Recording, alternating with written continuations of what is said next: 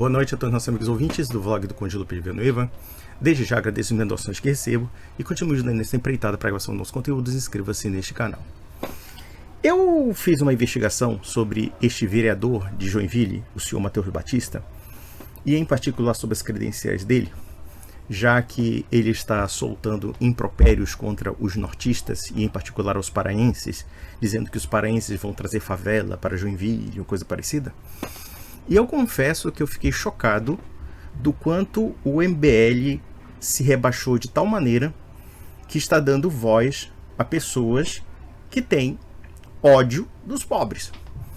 E não somente ódio dos pobres, mas também ódios étnicos de brasileiros contra brasileiros.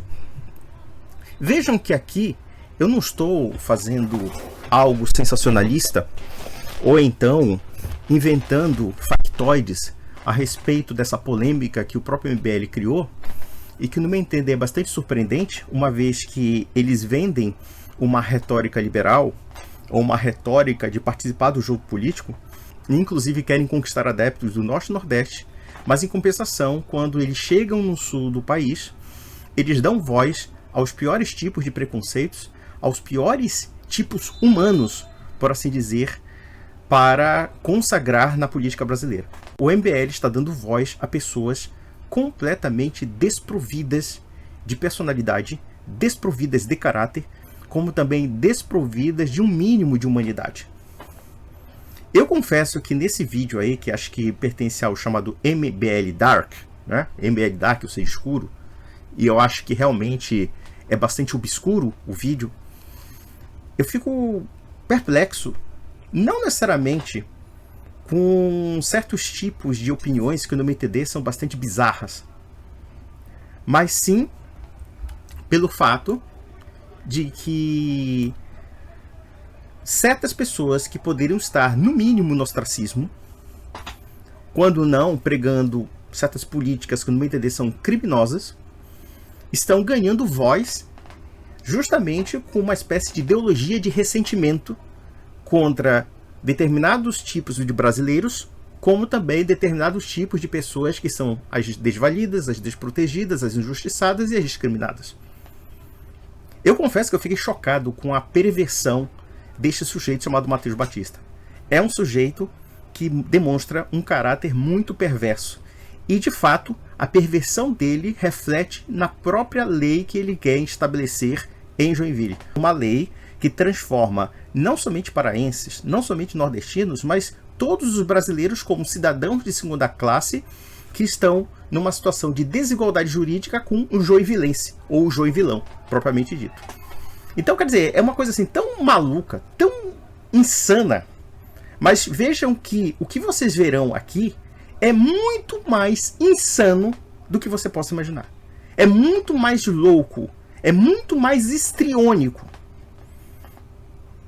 E segundo o senhor Renan dos Santos, na última live, ele disse que o senhor Matheus Batista é uma pessoa honesta e quem fala mal dele, que coisa horrível. Quer dizer, você fala de uma alma tão cândida como a dele. Mas vocês vão ver que alma cândida é esse Matheus Batista, como também os seus devidos comparsas. Vamos lá. Eu fiz uma edição aqui de alguns trechos que no meu entender são bastante significativos e que refletem certos tipos de preconceitos bastante odiosos. Vamos lá. Que, pô, começou a rodar aquela mina lá de Santa Catarina, né? Justamente por causa dos migrantes. De Pomerode. De Pomerode. Eu adoro ela, eu vou defender ela até o fim da minha vida. Mas o problema é isso, tipo assim, ó. O Bisoto odeia ela, mas eu a defendo. Essa ideia de Santa Catarina como se Santa Catarina fosse só aquilo, tá ligado? Obviamente não é. Não é. Hoje, tipo assim, o maior soft power que Santa Catarina exporta é um pouquinho daquilo lá, que é o Oktoberfest. Mas o outro é bem América bonita. É porque assim, a questão da mina lá, ela tá certa, só que o problema é que ela é burra. Em que ponto essa mulher está, entre aspas, certa? Vejam, é uma alemã de Pomerode aí, que agora quer dar lições de moral para os nortistas, para os nordestinos, que nós somos gente trabalhadora ou coisa parecida. Fizeram uma investigação na vida dela e na vida, inclusive, acho que do marido dela, coisa parecida, e revelaram que, na verdade, esses ditos alemães têm os mesmos vícios culturais dos brasileiros do norte, do nordeste, do sudeste, etc. No final das contas, você pode ser o alemão que for, você pode ter o verniz que for, ou você pode fingir que você é um europeu superior aos brasileiros, mas na prática tudo é a mesma merda, são os mesmos preconceitos, são os mesmos chavões odiosos que nós percebemos, inclusive nas classes mais ricas, ou então nas regiões mais prósperas do Brasil. Basicamente isso, não muda porra nenhuma. É sempre a mesma coisa. As mesmas bobagens que eu vejo dessa alemãzona aí que se acha a última bolacha do pacote, a gostosona branquinha, né? Essa mesma cidadã, eu vejo os mesmos preconceitos das elites do Pará, das elites do Nordeste, das elites de São Paulo. Em suma, é tudo a mesma bosta. Aliás, eu acho muito interessante esse pessoal alemão dizendo: nós somos um povo muito trabalhador, né? Como se o resto do Brasil não trabalhasse. E inclusive não trabalhasse que nem um escravo, diga-se de passagem. E esse pessoal querendo dar lições de moral às regiões mais pobres do Brasil. Podemos sim encontrar certos problemas relacionados a essas populações, problemas relacionados a estruturas sociais, a questões de formação, que dificultam talvez até mesmo o acesso de trabalho. Podemos falar da índole de certas pessoas, mas nós percebemos que se for um problema de índole, os filhos da puta estão em todo lugar do Brasil. E observem claramente que o que é mais interessante é que essa cidadã é descendente de algum imigrante alemão que lá na Europa era um baita de um fudido. Vamos ser bem sinceros, esses alemães que agora rotam o Peru e antes comiam mortadela, há pelo menos um século e meio atrás, eram um povo que vivia em condições de semi-servidão na Alemanha do século XIX, era um bando de miseráveis, de ignorantes, pessoas completamente deserdadas que vieram num país chamado Brasil. Ora, vamos analisar uma coisa bem básica e fazendo até mesmo um paralelismo entre os alemães e os paraenses. Por que os alemães saíram desse país glorioso, maravilhoso, trabalhador chamado Alemanha? Pelo menos no século XIX.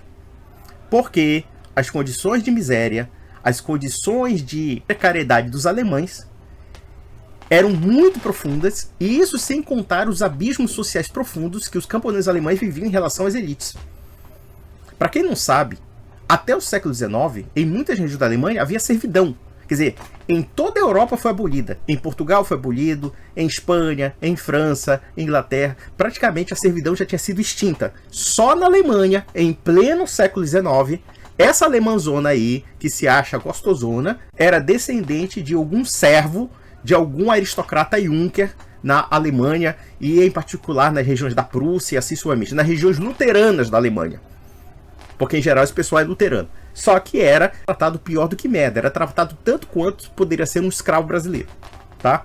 E eles vieram aqui, e esse país chamado Brasil abriu as portas para esses alemães melhorarem de vida.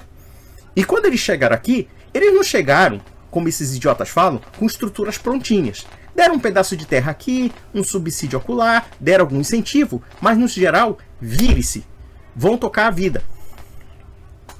Então quer dizer, os alemães vieram em condições tão precárias como, por exemplo, de um favelado. E agora que os ex-favelados da roça melhoraram de vida, aí eles aderem àquela ideologia do novo rich, do novo rico, dizendo: ô faveladinho atual, sai aqui da minha província, aqui, sai aqui da minha casa.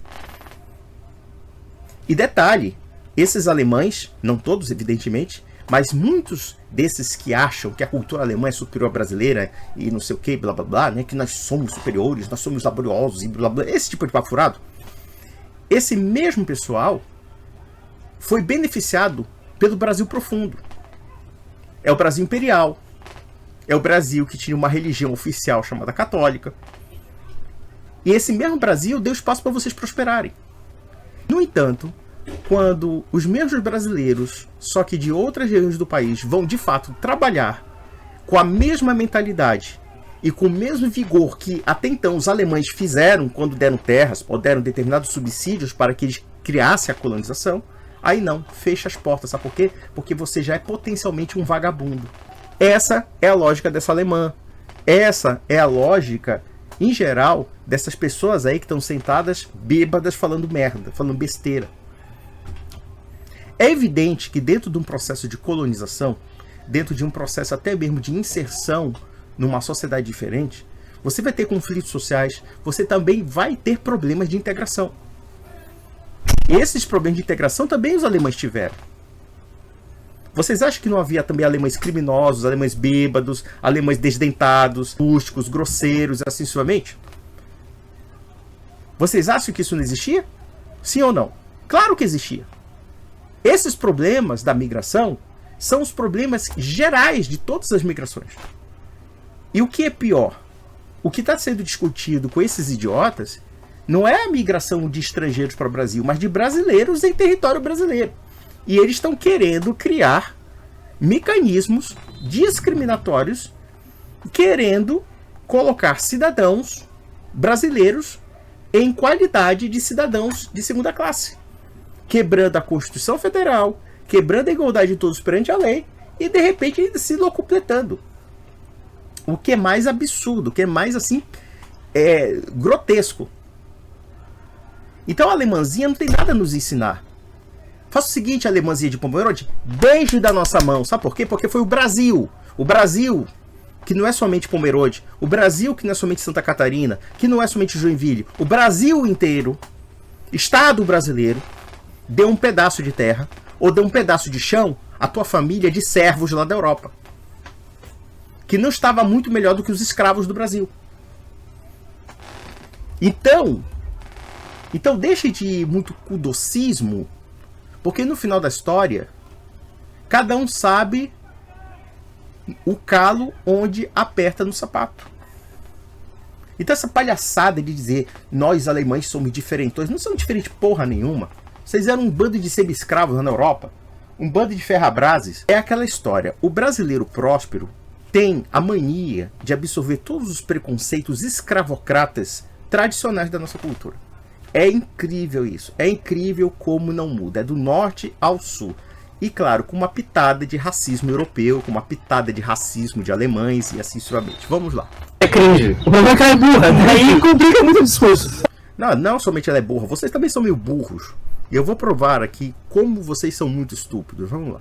Não, tá certo, hein? Não, claro, não, mas é isso que eu penso. Ela só tá reproduzindo pensa o um seguinte, extremamente fácil. Imagina a cidade, imagina Pomerode. Cara, eu já fui pra Pomerode muitas vezes. Já foi pra lá, já? Já. Cara, é uma cidade incrível, Sim. limpa, organizada, Não, aí chega funcional. um monte de maluco Aí lá, do nada, ela acorda, aquela menina acorda e fala: pera, tá cheio de haitiano, venezuelano, paraense, maranhense. Caralho, minha cidade vai colapsar. E sabe o que eu achei interessante? Ele tocou num grupo étnico que hoje no Brasil faz parte da comunidade nacional brasileira, que é o haitiano.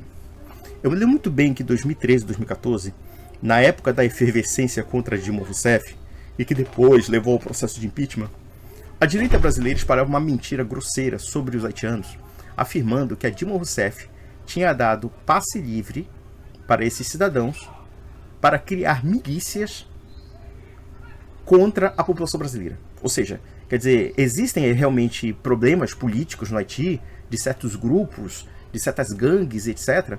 E segundo essa direita brasileira, essa mesma direita safada, sem vergonha, desgraçada, os haitianos seriam, na verdade, pessoas potencialmente criminosas ou então envolvidas com grupos criminosos. E naquela época teve um impacto psicológico muito profundo, mas era uma fake news. É tão fake news que eu posso falar por experiência própria que eu já conheci uma porrada de haitianos em São Paulo. E eu posso dizer claramente que o efeito no sentido da população, no quesito economia, sociabilidade, assimilação, eu não somente digo que os efeitos negativos são nulos, como os efeitos sociais são absolutamente benéficos. Benéficos. Eu raramente vi pessoas tão decentes e tão trabalhadoras como os haitianos. E eu os vi em São Paulo. Uma vez eu peguei um motorista de Uber que era haitiano. E eu perguntei para ele, o que você acha do Brasil? E ele falou, o Brasil é um país maravilhoso. É até surpreendente para nós, porque hoje é muito comum os brasileiros chamarem o nosso país de bostil, que nada presta, que tudo é cheio de mazela e tudo mais. Quer dizer, esse pessoal, como muitos outros, E, infelizmente, nós mesmos cometemos esses excessos. Eu posso dizer que talvez eu possa ser muito crítico do Brasil, ou muitas pessoas são críticas do Brasil, mas escutem o que os estrangeiros dizem do Brasil. Um haitiano que estava numa situação muito mais precária chegou aqui e está fazendo seu pé de meia, está tendo seu lugar ao sol. Ele dizendo: o Brasil é um país maravilhoso.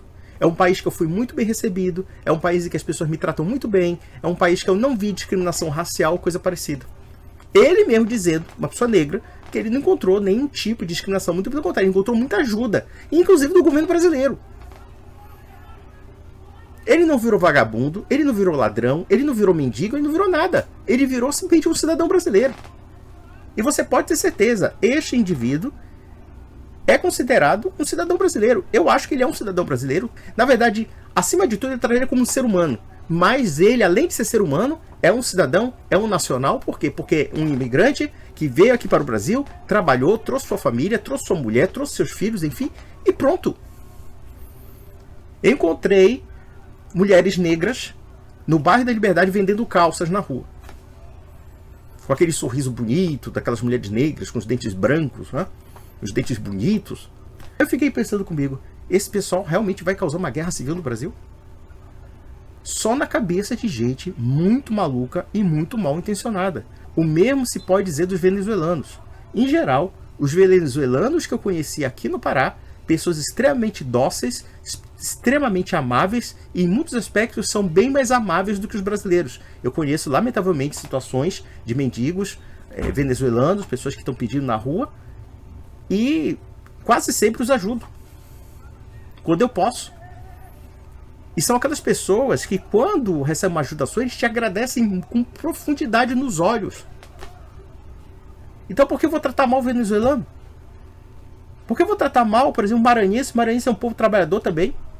É um povo que, quando sai do seu lugar de conformismo social, de falta de emprego, de falta de formação, quando vai em outro lugar, e isso parece ser a sina do imigrante, a gente tem que entender isso. A sina do imigrante, quando ele vai sair da sua terra, é porque ele quer alguma coisa melhor e ele vai lutar para que alguma coisa seja melhor. Isso aí é uma tendência até sociológica.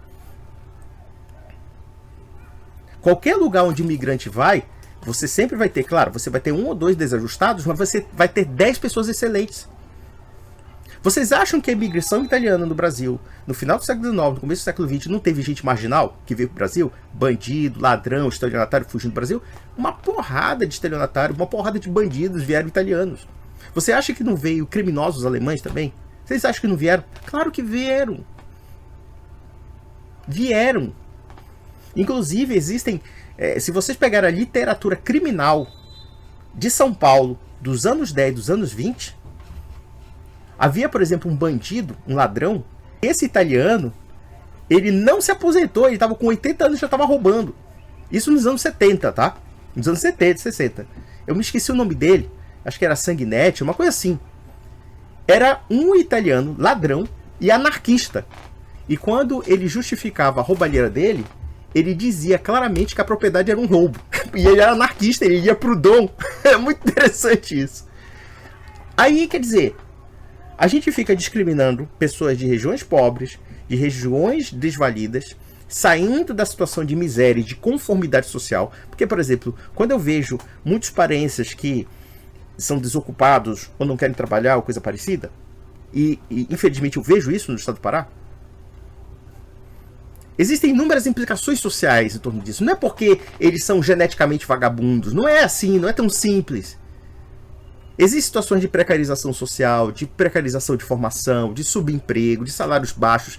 Tudo isso é um desestímulo também.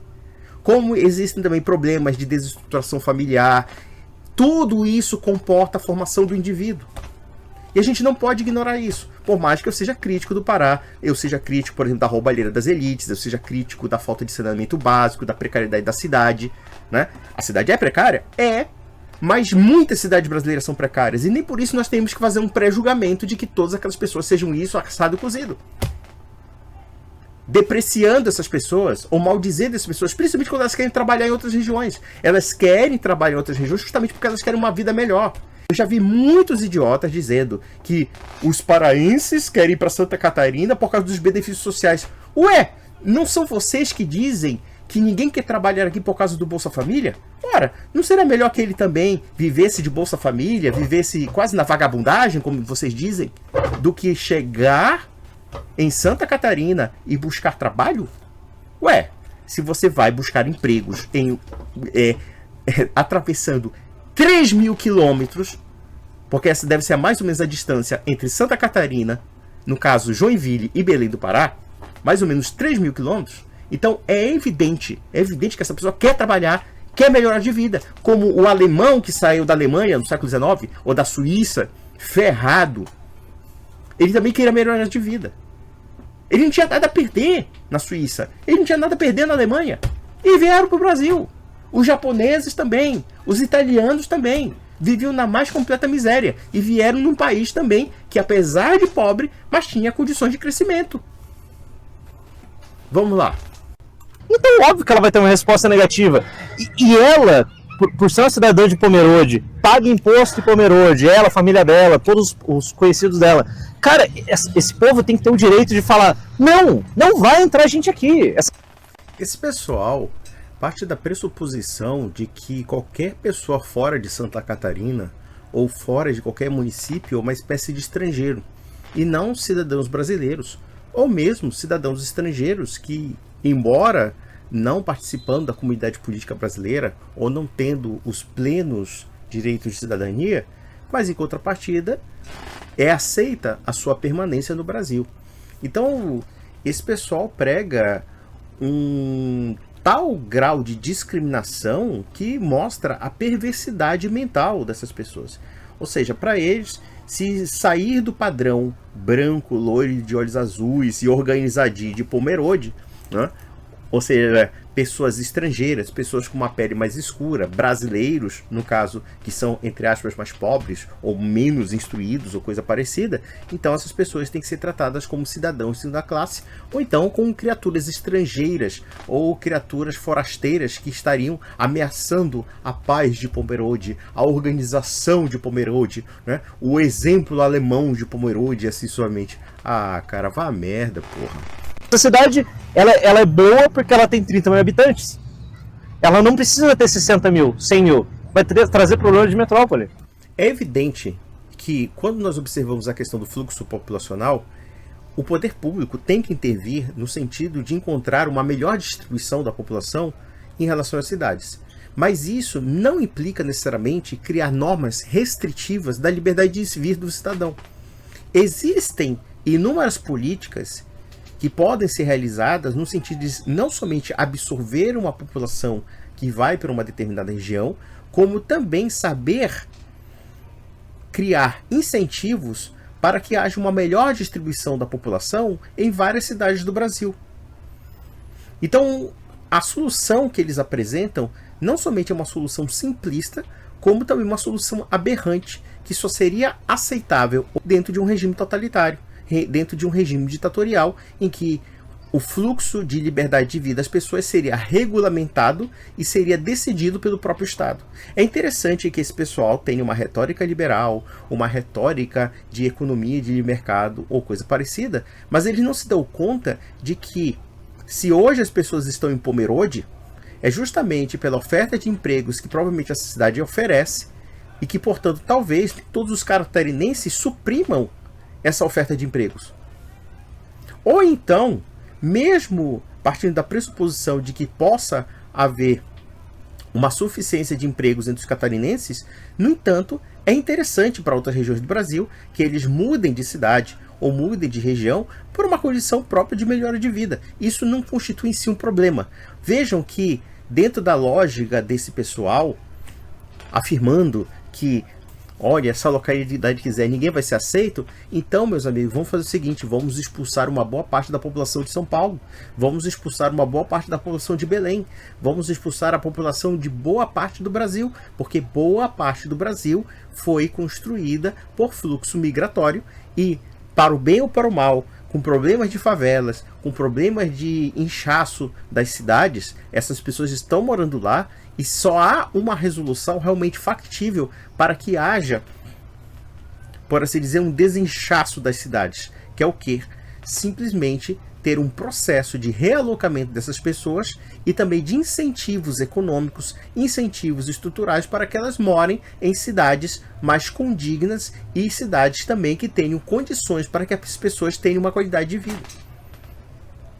Mas a solução deles não, é uma solução excludente, é uma solução que não resolve os problemas dos pobres, mas que, pelo contrário, agrava-os, justamente porque os pobres têm que ficar eternamente pobres, têm que ser discriminados, e quando eles estão naqueles lugares onde não tem empregos, ou aqueles lugares onde simplesmente não há nenhum incentivo ou estímulo ao trabalho, aí eles são vagabundos. Aí quando eles saem dessas situações de conformismo social, de pobreza, de estagnação e vão para regiões pujantes que precisam de mão de obra, aí, claro, eles continuam sendo favelados e vagabundos e serão eternamente discriminados. Então é uma lógica perversa que não muda substancialmente a situação do pobre no Brasil. Simplesmente o pobre tem que ficar eternamente pobre e eternamente aos caprichos das elites, sob o simulacro de logística das cidades, sob o simulacro de que, olha, nós não queremos que Pomerode tenha mais de habitantes ou coisa parecida. Quem é que decide isso? Quem é que decide isso? É o alemãozinho racista lá que não quer ver venezuelano na sua rua? Porque ele acha que o venezuelano é um sujo? Ou então, sei lá, um maranhense, um paraense ou coisa parecida? Isso é uma tremenda de uma palhaçada. Mas vamos lá. Foda-se, e é isso. Quem banca a cidade tem que ter autonomia de falar, não vai entrar mais ninguém aqui. Só que a cidade não é uma soberania nacional para dizer que pessoas podem ou não podem entrar. Existe um princípio constitucional, seu idiota, que é a liberdade de ir e vir. Essa liberdade de ir e vir, ela é garantida a todos os brasileiros.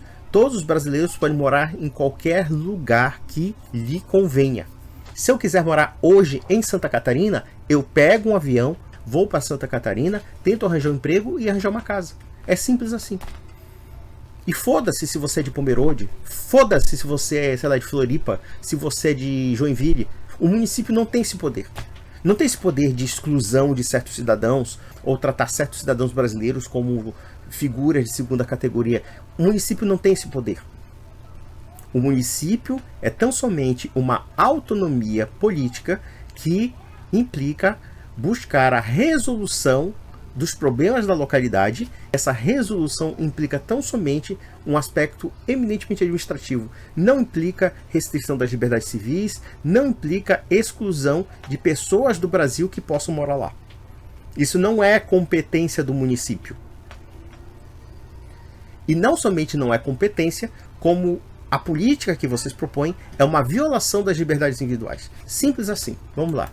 Na minha visão, o sistema ideal seria o seguinte: Curitiba vai ter um teto de habitantes, sei lá, 1,7 milhões, e trava ali. Sabe, se saiu 30 mil, pode vir 30 mil. Se não saiu 30 mil, não vai entrar ninguém. Meio que é uma questão muito simples, assim. É uma questão econômica. Nosso serviço público, ele suporta X. Vai entrar X na cidade. Eu fico muito surpreso quando eu vejo um sujeito desse, que é vereador da cidade de Joinville, que é uma cidade de médio porte de Santa Catarina, mas ao mesmo tempo uma cidade que tem uma relativa prosperidade, ter um pensamento político tão tacanho e ele não entender como é que é aplicável a logística de uma cidade. Se a gente estabelecesse esse raciocínio desses dois bêbados aí, bêbados mostrando certos tipos de preconceitos, certos tipos de ressentimentos, etc. Se nós aplicássemos a lógica deles, meus amigos, então vamos expulsar milhões de brasileiros de todas as cidades do Brasil. De todas as cidades. Por uma razão muito simples. Se vocês pegarem qualquer cidade brasileira, os serviços de saúde, em geral, eles não atendem a todos de uma forma como supostamente deveria atender. E eu digo que esse problema da saúde pública, como também de certos serviços públicos, é mundial, não é nem mesmo brasileiro.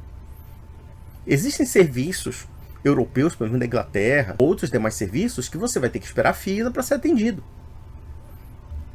É muito simples. Então, essa história logística que ele está aplicando, olha, Curitiba tem um número tal de pessoas, se passar esse número tal não entra, coisa parecida, faz o seguinte, eu proponho uma ideia muito melhor. Começa a tirar cada vez mais pessoas de Curitiba, que vai sobrar leitos, que vai sobrar um bando de recursos para atender talvez uma demanda pequena, porém muito mais factível do plano ideal do que, por exemplo, o que acontece hoje. Então, se aplicássemos essa lógica dos recursos, porque a gente tem que entender que os recursos eles têm que ser criados a partir das demandas e não o contrário. Então, segundo a lógica deles, se um Estado quiser diminuir os recursos municipais, então a gente também tem que reduzir o fluxo populacional. Então, que tal, por exemplo, vamos partir da pressuposição de que, de repente, a Prefeitura de Curitiba não tenha arrecadado o suficiente para atender esses 1 milhão e tantos de curitibanos. Então, segundo a lógica desse idiota, desse vereador, nós teríamos que reduzir também o número da população de curitibanos. Meu Deus do céu! Como é que vocês levam a sério um cara desse? A lógica da logística pressupõe justamente o contrário. É que se há um aumento de pessoas necessitadas, então evidentemente você vai tentar, de alguma forma, não somente racionalizar os recursos que tem, como também aumentar os recursos para atender esse aumento de demanda. E não, como ele está falando, de querer diminuir o fluxo populacional por conta do fato de que as pessoas têm que ser adequadas aos recursos e não os recursos às necessidades das pessoas. Então pronto, então vamos fazer o seguinte, vamos expulsar boa parte do Brasil das cidades. Porque, em geral, boa parte das cidades brasileiras estão sobrecarregadas no plano de saúde, no serviço de saúde do SUS. Vai chegar um ponto que esse pessoal vai dizer o seguinte, ó, nós temos que diminuir o número de pessoas que moram em Curitiba porque nós não temos recurso suficiente. Ai, meu Deus do céu, vamos lá, vamos ver se será. É simples assim. Isso é bem... Cara, isso que é foda, né? Tipo assim, ó, você tá muito melhor, extremamente pragmático aqui, de que resolveria o problema. Olha só que solução pragmática dele, sabe o que é? É o seguinte, se o Estado não atende uma demanda ideal de pessoas através de serviços, então a solução é a gente reduzir o fluxo de pessoas. Eu nunca vi um atestado tão grande de incompetência administrativa, porque talvez fosse muito mais fácil para qualquer prefeitura do Brasil resolver os problemas mandando gente que está em necessidade de serviços ir embora. Pronto. Vamos fazer o seguinte, vamos pegar Belém do Pará. Belém do Pará tem mais ou menos 1.200.000 ou 500.000 pessoas, tá? Nós temos, entre aspas, 50% de favelados. Pessoas que têm uma condição degradada de saneamento básico, de saúde, assim sucessivamente, tá? Segundo a lógica dele, como nós não podemos atender a demanda dessas pessoas, seria melhor que a gente mandasse embora. Pronto, a gente já resolveu o problema da saúde pública no Pará. Que legal, não? A resolução dele tem o mesmo sentido, sei lá, de uma lógica comunista, de que para resolver os problemas da fome é preciso matar as pessoas de fome. Uma vez eu estava lendo um autor gaúcho em que ele foi para China da época do Mao Tse Tung. E ele dizendo que o Mao Tse Tung tinha acabado com a fome em 2 anos. É verdade, ele acabou com a fome de muitos chineses. 30 milhões de chineses pelo menos morreram de fome. Então pronto, acabou com a fome. É a lógica dele. A lógica dele é o seguinte, não é encontrar mais recursos ou melhor realocação de recursos para a demanda tanto dos curitibanos, evidentemente, como também para a demanda dos fluxos populacionais, que são até naturais, porque não existe um sistema de controle de entrada ou de saída de brasileiros. A não ser que ele queira criar uma burocracia estatal para regulamentar quem entra e quem sai de Curitiba, como se fosse um Estado totalitário. Mas da feita que ele está dizendo que as pessoas têm que se adequar ao dinheiro e não o dinheiro às pessoas, às necessidades das pessoas, então pronto, se um dia tiver uma queda de tributação de Joinville, a melhor solução é mandar, principalmente, os joinvilenses improdutivos embora da cidade. Afinal, o Estado não comporta tanta gente segundo a lógica dele. Vamos lá, vamos ver será. E isso porque, lamentavelmente, o seu Renan dos Santos diz que esse cara é um sujeito honesto. Vamos lá. Não dá pra fazer. Não dá. Só que uma coisa que tem que ficar clara. Tem direitos universais. Uma coisa que tem que ficar clara. Tem direitos universais, porque na verdade o joinvilense, segundo ele, tem mais direitos do que qualquer cidadão do Brasil, já que ele quer criar uma lei que exclui todos os brasileiros, exceto o pessoal de Joinville, de ter o direito de morar em Joinville, tá bom? É isso mesmo. Quer dizer, se você chegar em Joinville, você vai ser tratado como cidadão de segunda classe, contanto que você seja da própria cidade. É uma lógica típica do romance do Machado de Assis, o alienista. Mas vamos lá. Para, pra não parecer que a gente só é xenofóbico. Não, vocês não são nem um pouco xenofóbicos, não. Vocês são uns caras muito solidários, tá? Eu nunca vi almas tão cristãs como vocês, tá bom? Vamos lá. E olha que eles estão porres, viu? Eles estão cheios do conhaque. Vocês já me viram meio porre assim. Existe uma frase que diz que a bebida não altera, revela. Então, por exemplo, quando vocês me veem um pouco embebido pelo vinho, eu fico mais gracioso, eu fico mais encantador, eu fico até mais simpático. Esse pessoal não parece ser muito simpático quando tá tomando uma breja, né? Pelo contrário, eles estão revelando serem os piores filhos da puta do universo. Mas vamos lá. As pessoas produtivas, elas vêm e elas trabalham bastante. Sim. Então, por exemplo, o fluxo migratório de venezuelanos estão aqui em Curitiba, os caras eles trabalham em empregos, digamos, os empregos subempregos, assim, como se fosse o imigrante brasileiro trabalhando na Europa, o venezuelano trabalha aqui, em cozinhas e tal. Quer dizer, esse é o problema. O problema é o venezuelano trabalhar aqui, pô. Ele tem que ir embora, tá? Ele tem que ir embora. Ele pega um bando de emprego fudido e ainda assim ele é achincalhado como se fosse um vagabundo. Mas vamos lá. Pessoas relativamente produtivas.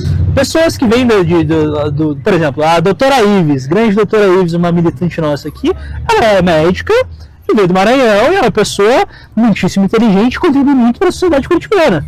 Nosso problema não é com você produtivo. O nosso problema não é com você produtivo. Ou seja, o critério dele é ser produtivo e ser improdutivo. Então, logo, aquelas pessoas que são improdutivas, e veja que muitas pessoas podem ser improdutivas por várias razões. Você pode ser improdutivo por velhice, por doença, pode até ser por preguiça. Mas eu não creio que a preguiça também seja crime, diga-se de passagem. E, aliás, as nossas elites são bastante preguiçosas. Mas tudo bem, quer dizer, é a única preguiça aceitável. A preguiça do trabalhador não é. Seja o que for, o fato é o seguinte. Quando você reduz essa dimensão de produtividade, dignidade, improdutividade, indignidade, isso aqui é um prenúncio de um raciocínio eugênico. Raciocínio eugênico que foi aplicado na Europa, principalmente na Inglaterra, quando as classes superiores que não faziam porra nenhuma na vida, os ingleses lá ricos, que viviam de rendas e tudo mais, começaram a fazer esses pré-julgamentos, afirmando, olha, existem ingleses que são cachaceiros, que são vagabundos, que são inúteis e não sei o que, por causa do DNA deles, por causa, sei lá, da genética deles ou coisa parecida. Então nós temos que criar mecanismos de esterilização em massa desses incapazes, desses improdutivos. Porque a obrigação do pobre é trabalhar mesmo. A obrigação do pobre é aquela lógica, claro que deturpando as palavras do São Paulo, que dizia que quem não trabalha não come. Veja que Paulo de Tarso, quando ele fala isso, ele não está necessariamente negligenciando os necessitados, os pobres, os desvalidos. Pelo contrário, ele está fazendo uma conclusão lógica de que, evidentemente, nós temos que viver dos frutos do nosso trabalho. Isso é uma questão cristalina. Mas isso não significa dizer que a improdutividade em si mesma seja ocasião para desumanizar um ser humano. Então, eles estão colocando um critério de dignidade através da utilidade econômica que essa pessoa tem. Se essa pessoa é inútil economicamente, então ela tem que ser tratada como um deserdado, como um sub-humano. E aqui, claro, existem pessoas que não trabalham por razões de doença, existem pessoas que não trabalham por uma questão de problemas de saúde mental, de saúde física, problemas financeiros, desemprego, assim sucessivamente. Então a gente não pode usar os critérios da improdutividade econômica como um juízo para julgar seres humanos. Claro que existem pessoas que devem trabalhar e não querem trabalhar. Existem os vagabundos, isso é um fato também. Mas mesmo os vagabundos, eles podem ser repreendidos pelo fato de não trabalharem. Porém, eles nunca podem ser desumanizados ou desqualificados enquanto a essência da dignidade humana. Pelo contrário, eles têm que ser incentivados a trabalhar. Deve haver estímulos para o trabalho. No entanto, para esse pessoal, pobre que não trabalha é vagabundo. Não existe uma coisa chamada desemprego, não existem salários de miséria, não existem condições subhumanas de trabalho, não existe nada, né? Ou então o mendigo está na rua porque ele gosta. Inclusive um pastor protestante publicou um livro chamado A Máfia dos Mendigos. Os mendigos estão na rua porque eles querem, sabe? Porque eles gostam. É muito legal ficar pedindo dinheiro para todo mundo, mas enfim, vamos lá. Mesmo importei um baiano lá para vamos ser honestos, o nosso problema Que legal, ele importou baiano. Que homenzinho caridoso. Vamos lá. Não é o nosso seguidor. Eu tenho um monte de seguidor no Norte e Nordeste. Eu fico perguntando, olha, vocês são muito masoquistas pra seguir esses caras aí, viu? Vocês realmente gostam de apanhar, cara. Vocês gostam de levar porrada. Vamos lá. Talvez não é seguidor. Ficar fazendo esse... O problema não é esse seguidor que me dá publicidade, que me dá like, não. O problema é o pobretão que está aqui trabalhando, me enchendo o saco, pedindo esmola, ou então o pobretão que está pegando um trabalho de merda, um salário de fome, e mesmo assim eu quero expulsá-lo, eu quero foder a vida dele. Mas vamos lá. Disclaimer, É uma bosta. mas assim, Mas é bom fazer, porque senão vai pensar, esses nazistas. Sim. Ué, mas vocês estão pregando uma ideia completamente eugênica. Pode não ser uma eugenia racial específica, mas é uma eugenia social que está sublimada sob a aparência de realocação de recursos. Ora, se a gente aplicar ipsilitris esse conceito de realocação de recursos, nós podemos justificar a eutanásia, nós podemos justificar a interrupção legal da gravidez, nós podemos justificar muitas coisas aberrantes, né? Extermínio dos mais fracos, enfim, qualquer coisa. Se a gente não se atentar pela dignidade do ser humano, e até mesmo dos piores seres humanos, tudo bem, claro, tem certos seres humanos realmente que são dignos do nosso mais completo desprezo, mas nós não estamos falando de pessoas indignas, são pessoas que são brutalizadas, pessoas que vivem em condições muito subhumanas, e que essa subhumanidade, como condição social, também afeta o caráter delas, afeta a personalidade delas, afeta o modo de ser delas. Vejam que eu não estou tirando a responsabilidade individual da ação humana. Eu estou dizendo apenas que, dentro do critério da escolha humana, existem as circunstâncias que podem te conduzir para o mal, que podem te influenciar, porque o pecado não está somente no homem, mas também nas estruturas sociais. O homem é um pecador e o pecado pode produzir estruturas sociais pecaminosas. A igreja, quando fala de estruturas sociais do pecado, fala justamente de estruturas injustas que pervertem o modo de ser do ser humano. E observem também que quando eles têm esse pensamento segregacionista, esse pensamento excludente dos pobres, de desprezo aos pobres, isso também está inserido numa visão da estrutura social do pecado, porque eles estão negligenciando um ponto essencial para o pobre, que é a justiça. A própria Sagrada Escritura diz: ai de quem nega a justiça ao pobre. Porque o pobre é o maior desamparado da história. Vamos lá. Tipo, e são 3 pardos falando aqui, tipo... Pô, o Matheus é branco. Não, para, calma aí, velho. Olha, ó. pelo amor de Deus. Não. O Felipe ele estudou comigo a minha vida inteira. Qual que é meu. Ele é branco, ele é branco. Não, sim, mas qual que era o meu apelido entre os amigos, velho? É preto, né? Não é do preto, velho. Tá ligado? Tá entendendo? Você é Santa Catarina, tá ligado? Santa Catarracha. Exatamente. Então, Eu não sei por que seria elogioso, sabe, mostrar uma depreciação para as pessoas negras, né? Chamar um sujeito que é pardo de negro, coisa parecida. Tudo bem, você pode ser chamado do que quiser. Se você quiser chamar de azul, não vou nem questionar isso, tá? O problema é exaltar esse tipo de coisa, quando na verdade nós observamos que no Sul existem preconceitos contra pessoas que não são da região. E na verdade preconceitos até contra pessoas brancas, diga-se passagem. E o que nós percebemos nessas pessoas é que eles querem transformar aquilo que é um preconceito cultural em algo francamente legal e institucional, no âmbito estatal. Isso porque vocês não acompanharam o que eu li no Twitter. Gente querendo justificar restrições legais da entrada e saída de pessoas em determinadas regiões do Brasil. Uma coisa completamente absurda. Quer dizer, é uma conclusão lógica completamente bizarra em nome de resolver um problema social que é a favelização, o inchaço das cidades, etc. Como já falei aqui, existem inúmeras propostas em torno disso, sem destruir a liberdade de vida das pessoas, sem tratar cidadãos como elementos de segunda classe, simplesmente dando estruturas sociais autênticas para que essas pessoas tenham produtividade e tenham também um crescimento econômico, humano e também um crescimento integral de sua dignidade. Em nenhum momento eu vejo nessas pessoas aqui uma preocupação com isso. É pelo contrário. Quem não é daqui, quem é pobre, foda-se. E se bestar, essa lógica vai para os pobres da própria região. Não se enganem. Não se enganem. A lógica deles não é somente excludente dos pobres de fora da região do sul do Brasil. É excludente também dos pobres dentro da sua própria região.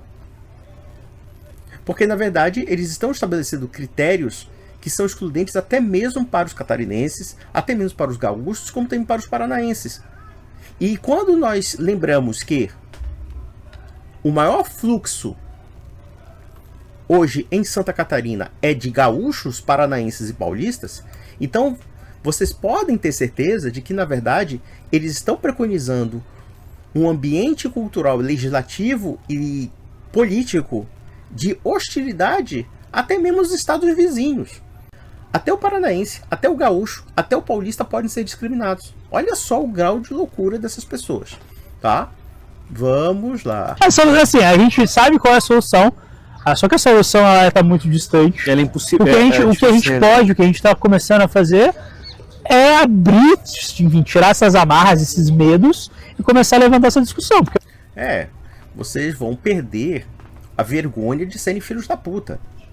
Antigamente, você ficava na roda de amigos, no celular, no WhatsApp, falando mal de negro, falando mal de nordestino, falando mal de paraense, são tudo vagabundo, filha da puta, blá blá blá, e não sei o que, são favelados, Belém é o lixo e tal, blá blá blá. Aí, o MBL, dando profundo prazer a vocês, está também transformando esses preconceitos mais tacanhos como uma voz política.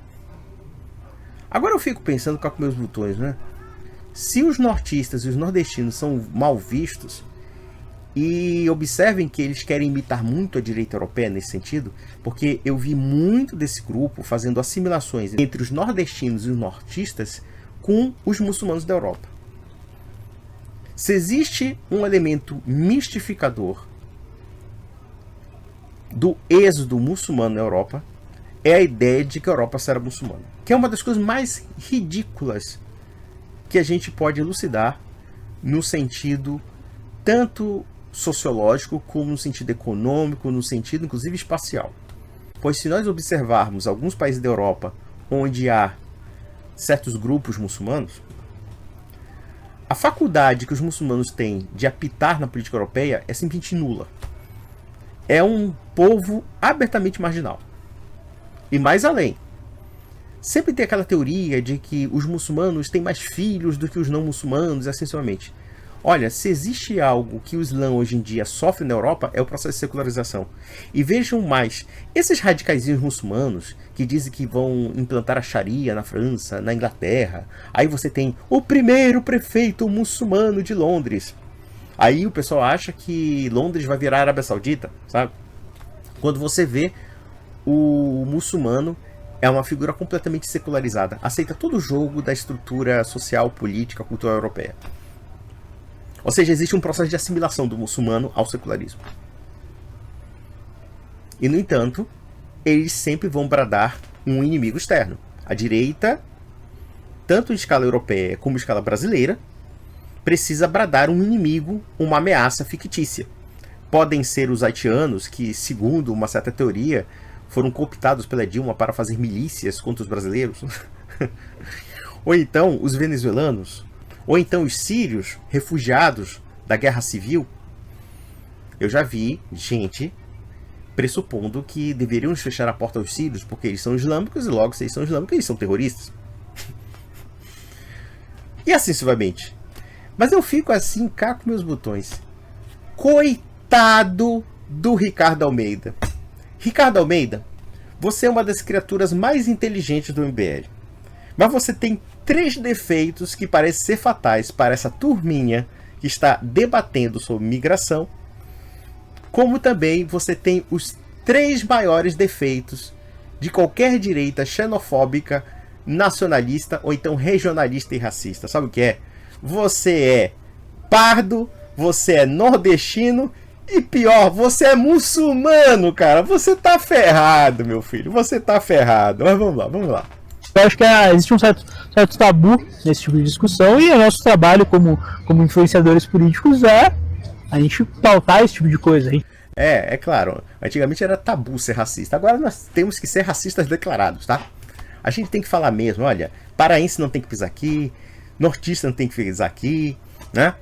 Se for negro, se for haitiano, venezuelano, tá numa categoria até um pouco inferior.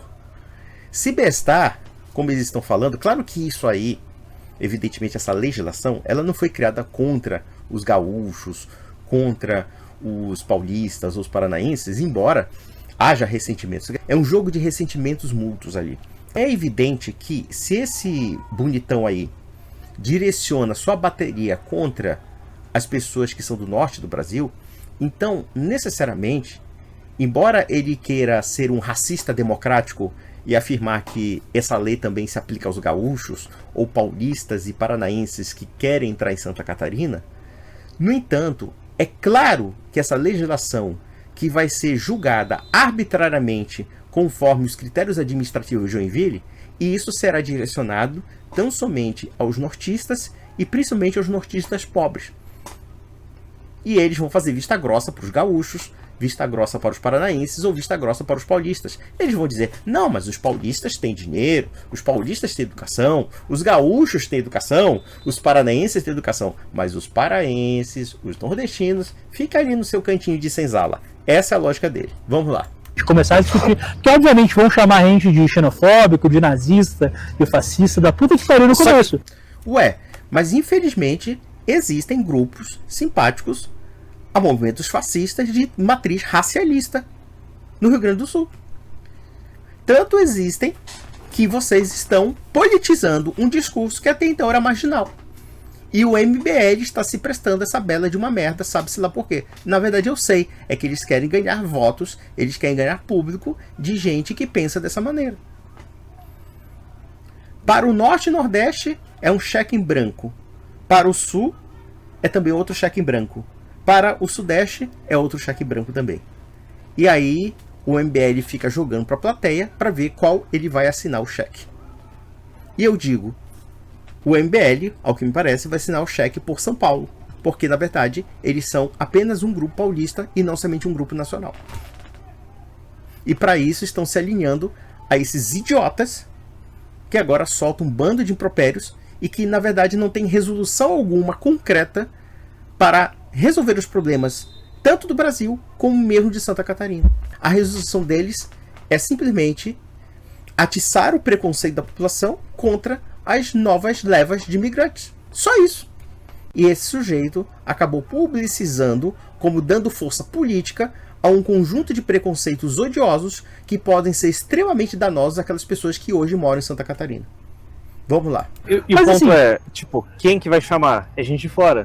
A população local provavelmente vai defender. Sim, exatamente. Por exemplo, se chegar pro curitibano médio e falar, cara, o que você acha? O que você prefere? Que o curitibano que já mora aqui há muito tempo tem um salário maior, ou que a gente traga imigrante para manter o salário baixo, mas ele vai ter uma vaga de emprego?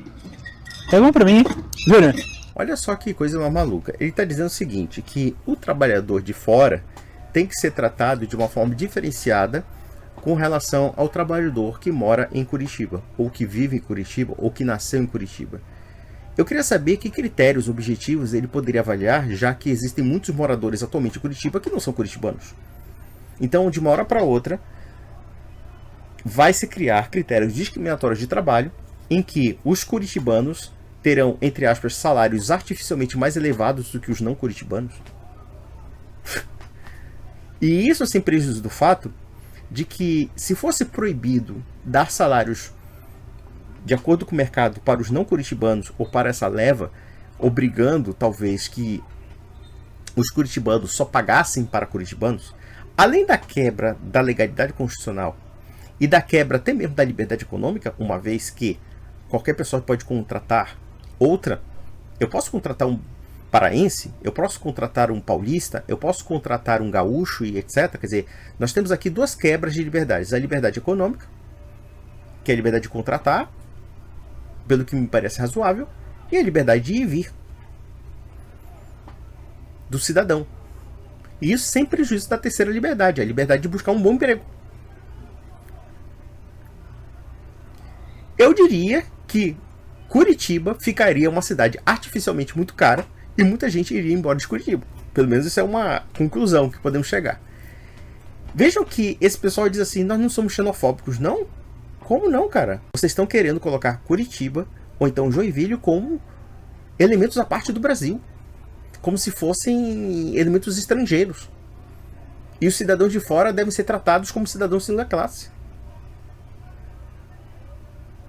Nossa, eu sinceramente eu fico assustado com a aberração. Mas vamos lá, vamos ver o besteirão. Vamos deixar ele se enforcar com a própria cerveja aí.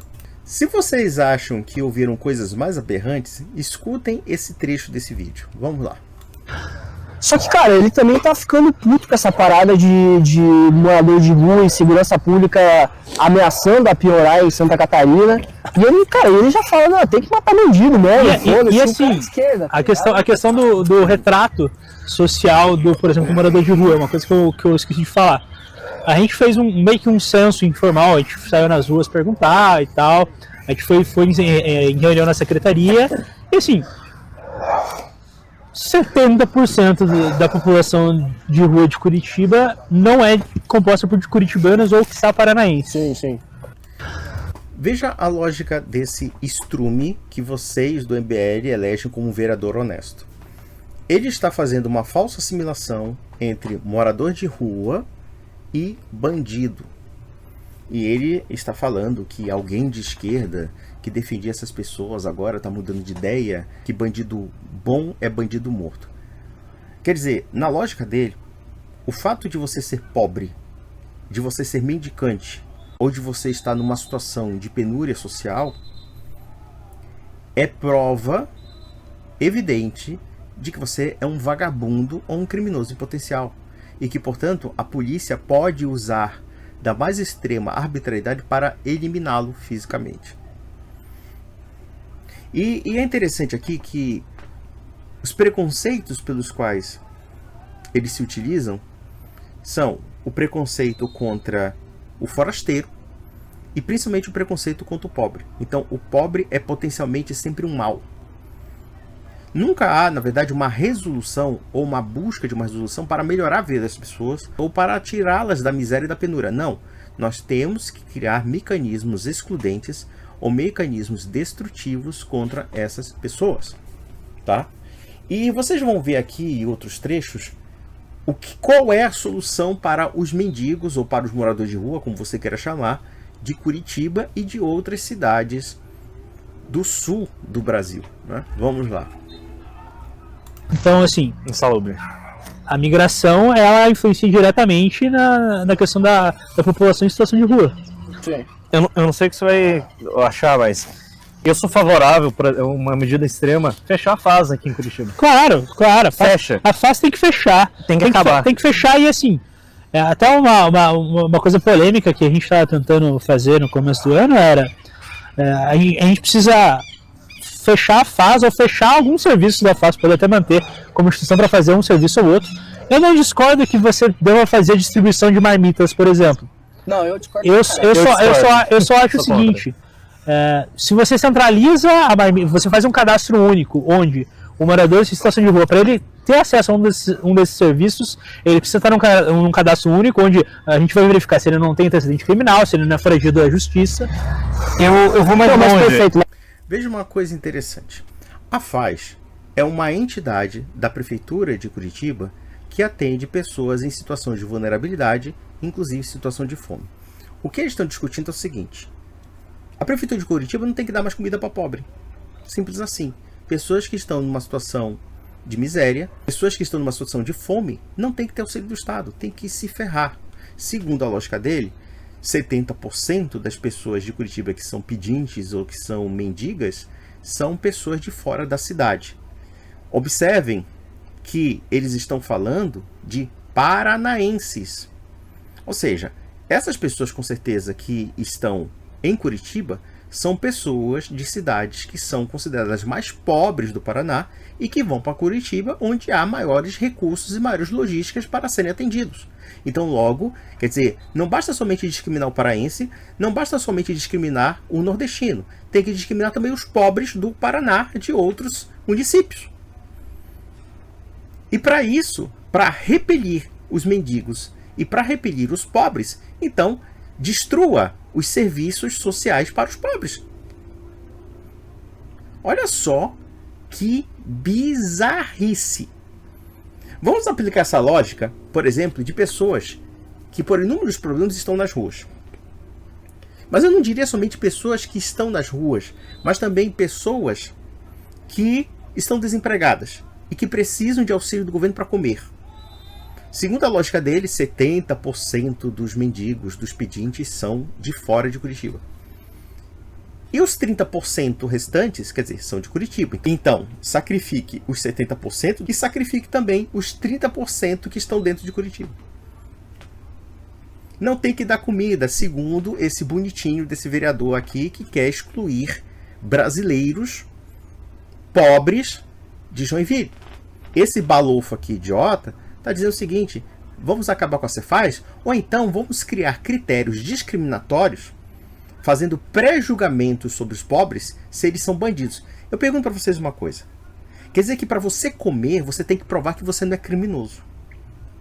Quer dizer que para você comer, você tem que provar que você é uma boa pessoa, uma pessoa idônea. O fato de ser pobre já te faz um bandido em potencial, segundo a lógica desse animal, desse estúpido.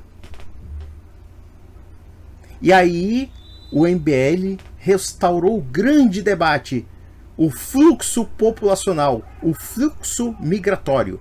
E a solução para o fluxo migratório é simplesmente tratar o pobre pior do que merda. Imagine, por exemplo, se de uma hora para outra, o Estado não desse mais comida para essas pessoas. Nós teríamos situações de fome em Curitiba. Ah, não, mas ele vai para outra cidade, como se fosse fácil se locomover. Eu fico perguntando o seguinte: um mendigo que não tem porra nenhuma, um mendigo que não tem dinheiro, que não tem nada, ele vai se deslocar para onde? O estado de alienação mental dessas pessoas é de uma aberração tão grande que eles não têm solidariedade nem mesmo aos seus concidadãos paranaenses, nem aos seus concidadãos catarinenses. Catarinense pobre, gaúcho pobre, paranaense pobre tem mais é que se fuder, segundo a lógica deles. E isso porque é apenas parte da aberração. Vejam outras aberrações que esse pessoal vai falar. Vamos lá. O grande problema é esse cara receber a marmita. Não, mas ele pode comer em algum lugar. Não, mas a questão é a seguinte: aí você já tem, aqui tem muita distribuição de ONGs ligadas a igrejas, instituição, exatamente. Também. Você já tem. Você proibir essas instituições de fazer essa doação e você centralizar isso dentro do órgão, você tá, eu acho ok. Olha só que coisa mais louca.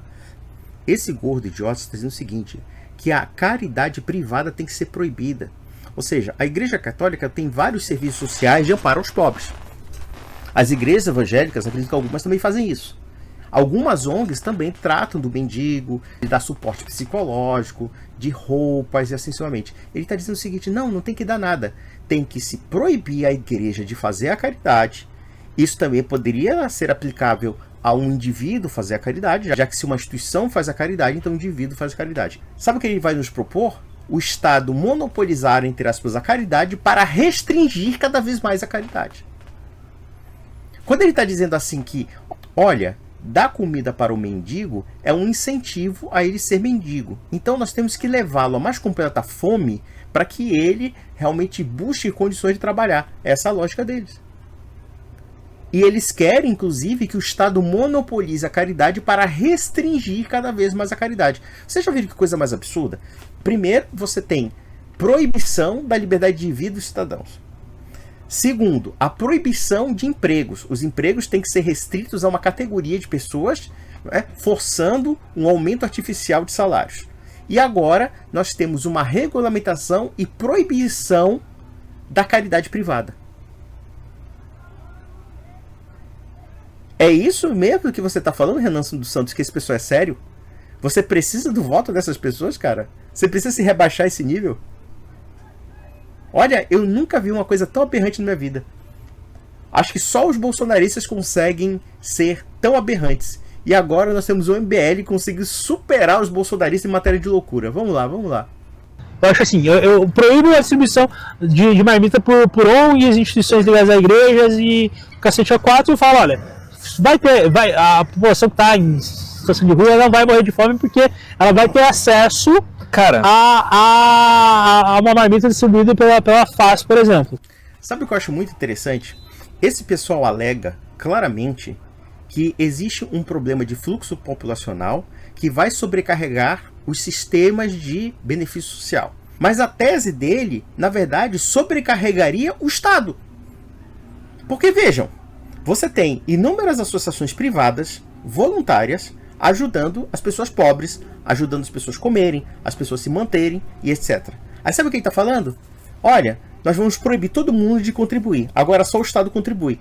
Então o que você vai fazer? Você vai criar uma sobrecarga no próprio Estado. Cara, olha, sinceramente, como é que um MBL publica um vídeo tão ridículo desse, cara? não, ou seja, toda essa retórica que esse cara tá usando para demonizar os paraenses, ou os nordestinos, ou qualquer cidadão que seja do Brasil, é uma retórica demagógica, mentirosa e contraproducente. E detalhe, ele está querendo simplesmente estigmatizar socialmente essas pessoas através de argumentos que são francamente inverídicos. Por que eles são inverídicos? Porque, primeiro, o fluxo populacional não é paraense. Não existe nenhuma ameaça em Joinville dos paraenses. Primeiro que, se nós pegarmos o fluxo populacional, ele está sendo diversificado em toda Santa Catarina. Não é somente em Joinville que há paraenses em todos os lugares de Santa Catarina. E, na verdade, o maior fluxo é tão somente um fluxo sulista. O fluxo sulista é o maior de todos. Gaúchos, paranaenses e paulistas. Então, por que esse sujeito quer criar uma legislação que... E ele se locupleta disso. Na verdade, nós não estamos discriminando os paraenses, nós estamos discriminando todo mundo, tá? Nós estamos discriminando todo mundo, mas é claro, o saco de pancadas é o paraense. O saco de pancadas é o nordestino. E aí, eles nos propõem o quê? Vamos acabar com a caridade privada, vamos restringir ao máximo a caridade pública, ou seja, o Estado reivindica o monopólio da caridade para restringir a caridade, para que expulsemos os pobres. Vocês imaginam a loucura em torno disso? Se de repente no dia seguinte eles aplicassem essa maluquice, eu tenho certeza de que nós teríamos em Curitiba uma política da fome. E o que eles estão propondo é a arma política da fome contra os pobres, contra os mendigos, contra os moradores de rua. E não só contra os moradores de rua e mendigos, mas contra os desempregados, contra aquelas pessoas que precisam de ajuda pública justamente porque não tem o que comer. E que não são, entre aspas, produtivas. Isso aí é política de arma da fome. O Estado não tem que dar nada, ou tem que restringir ao máximo a caridade, e o povo também não tem que dar nada. Tem que deixar todo mundo morrer de fome. Aí teremos o espetáculo grotesco de uma cidade como Curitiba, que é uma cidade rica, e mendigos morrendo de fome na rua. Olha só, cara! Que insanidade, cara! Sério mesmo, Renan dos Santos? Sério mesmo, Kim Kataguiri?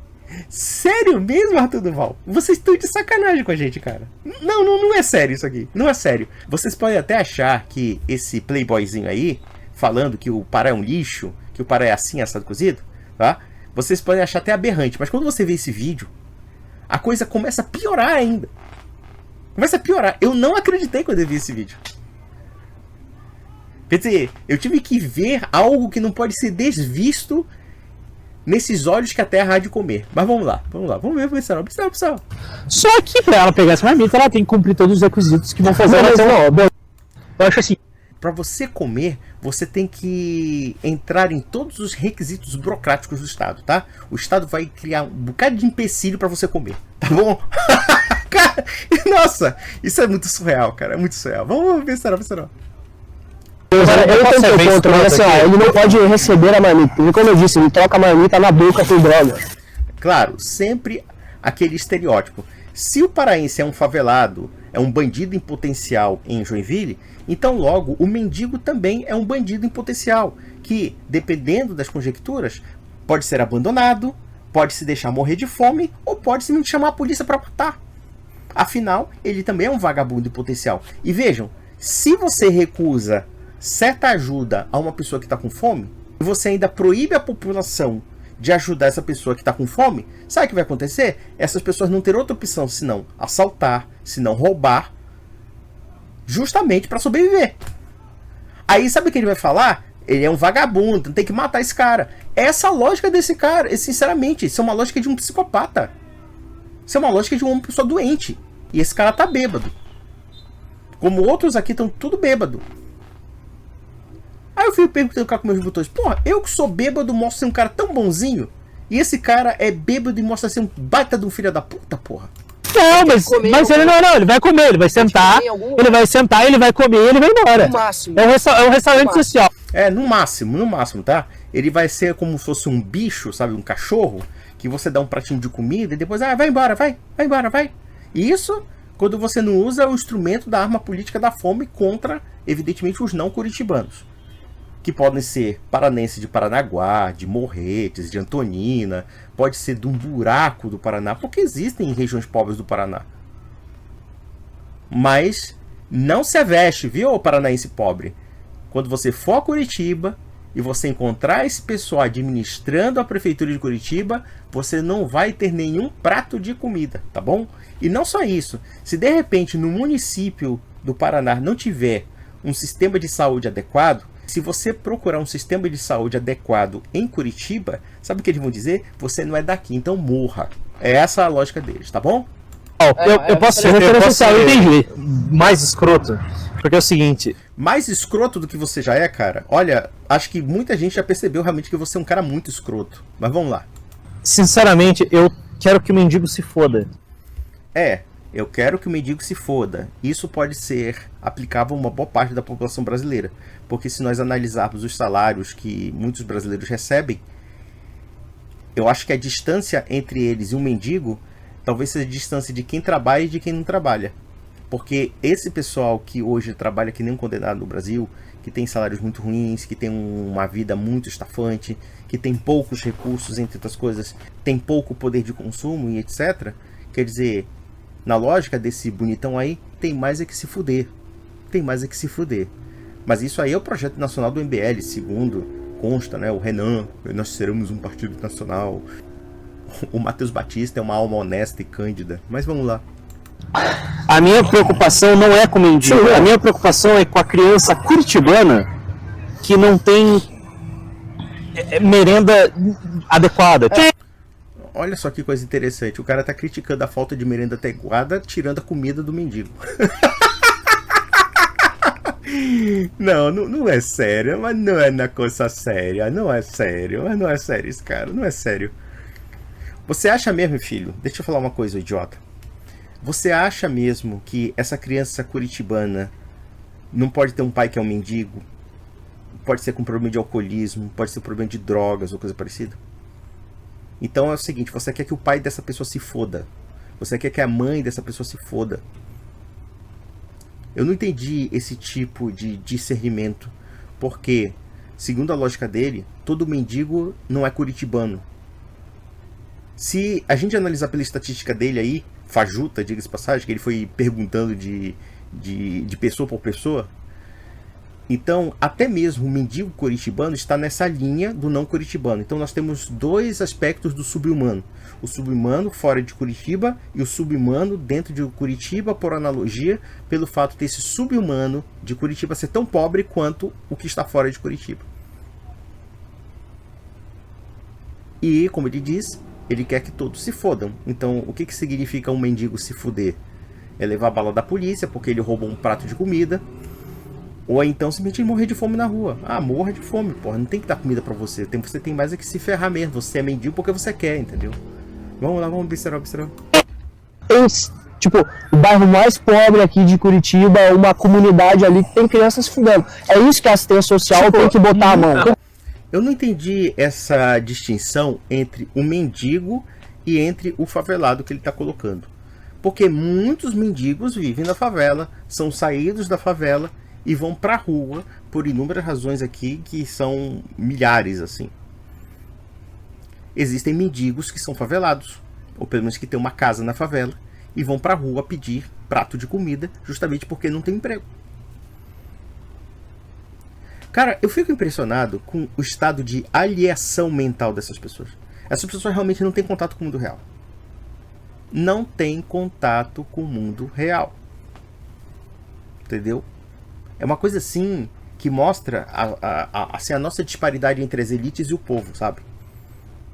Eu vou contar a experiência de uma pessoa que eu conheço, cujo nome não vou falar, que vive nessa bolha de uma classe social, que quando ela foi no pronto-socorro municipal, ela ficou tão chocada, mas tão chocada, que ela ficou com uma cara assim de... Nossa, de ter visto o grotesco. Aí eu falei pra ela assim, bom, agora você conheceu a realidade da maioria da população brasileira? A maioria da população brasileira vive assim. Vive nessa situação de penúria, vive nessa situação de desamparo quase que total. Eu digo que é quase que total porque pelo menos um pronto-socorro municipal já é um amparo. Precário, mas é. Muita gente é salva por esses hospitais precários. Agora tire os hospitais precários, tire, sei lá, os restaurantes populares, tire qualquer coisa. Aí sim você vai ver uma tragédia. Uma tragédia absurda. Só um bando de bêbados sociopatas para falar um bando de merda como a gente está ouvindo agora. Só uma turminha de sociopatas para pensar de uma forma diferente. Mas acho que é uma questão de priorizar. Assim, prioridade em Curitiba, assim, não pode ter morador de rua nem favela. Porque Curitiba não tem muita favela, é fácil resolver essa questão. Na verdade é o seguinte, não pode ter morador de rua nem de favela. Qual é a solução? Expulsar os favelados, como também expulsar os moradores de rua. Usar políticas cada vez mais restritivas de ajuda ao pobre. Então, logo, nós vamos compelir o pobre a ser expulso da cidade. Cara, nossa senhora, cara. Isso é coisa de Bantustão da África do Sul, cara. Na África do Sul, havia regiões em que os bantustões, né, que vem de Banto, né, o povo Banto, né, os povos africanos, os africanos ficavam em guetos e eles só poderiam entrar nas cidades dos brancos, que eram cidades bonitinhas, eram as Curitibas limpinhas de negros, limpinhas de mendigos, e os negros só poderiam entrar nessa cidade sob autorização e para servir de burro de carga para um homem branco, africano e assim sucessivamente. Olha, eu vou falar uma coisa para vocês que são defensores do Sul, meu país. Eu não falo dessa elite nojenta não, tá? Que não é menos nojenta do que a elite paraense, não. Não é menos nojenta do que a elite nordestina. Pelo menos a nossa elite é mais hipócrita, tá? Pelo menos a nossa elite não fala publicamente essas merdas. Porque senão eles iam se fuder. Mas eu vou falar para o pobre do Rio Grande do Sul, o pobre de Santa Catarina e o pobre do Paraná. Vocês acham que essa turminha aí do Sul, meu país, essa turminha fascistoide, essa turminha eugenista, imaginem se vocês criam um país governado por gente como eles. Vocês vão sentir saudades do Brasil. Vocês vão sentir saudades do governo federal.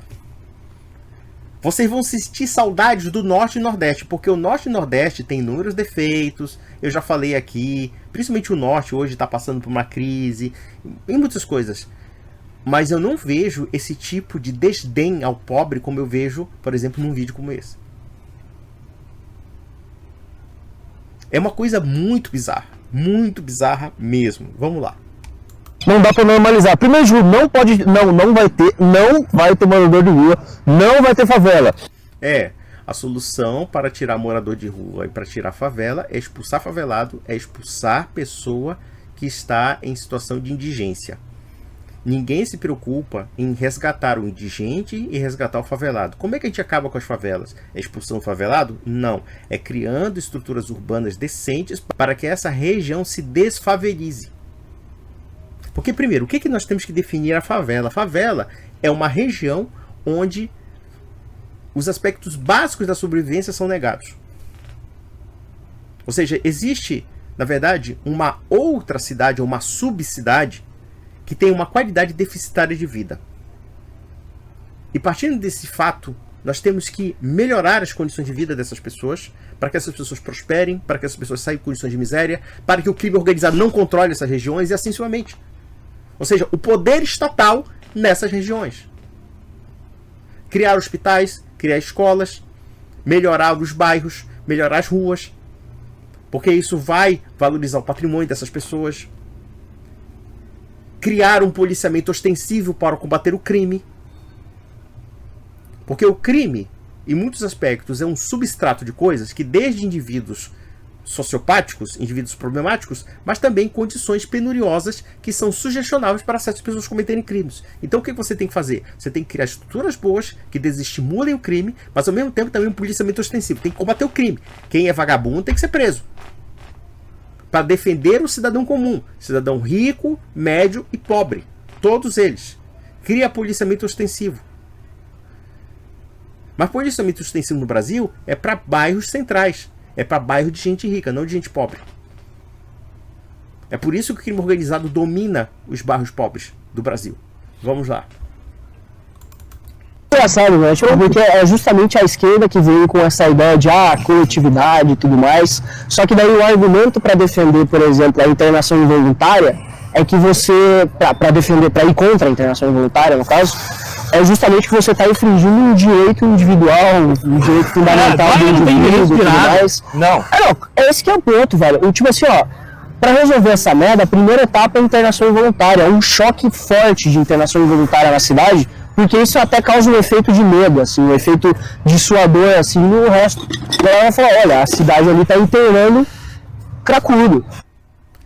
Olha, sinceramente, se malgrado esse pessoal quer expulsar pobre matando de fome, expulsar favelado criando inúmeras restrições para que eles sejam cada vez mais banidos e cada vez mais favelizados, porque eles trocarão estruturas que já são precárias para estruturas mais precárias ainda, aí temos esse terceiro problema dos cracudos que ele está dizendo, afirmando que os cracudos têm que ser tirados das ruas de forma forçada, não para recuperá-los.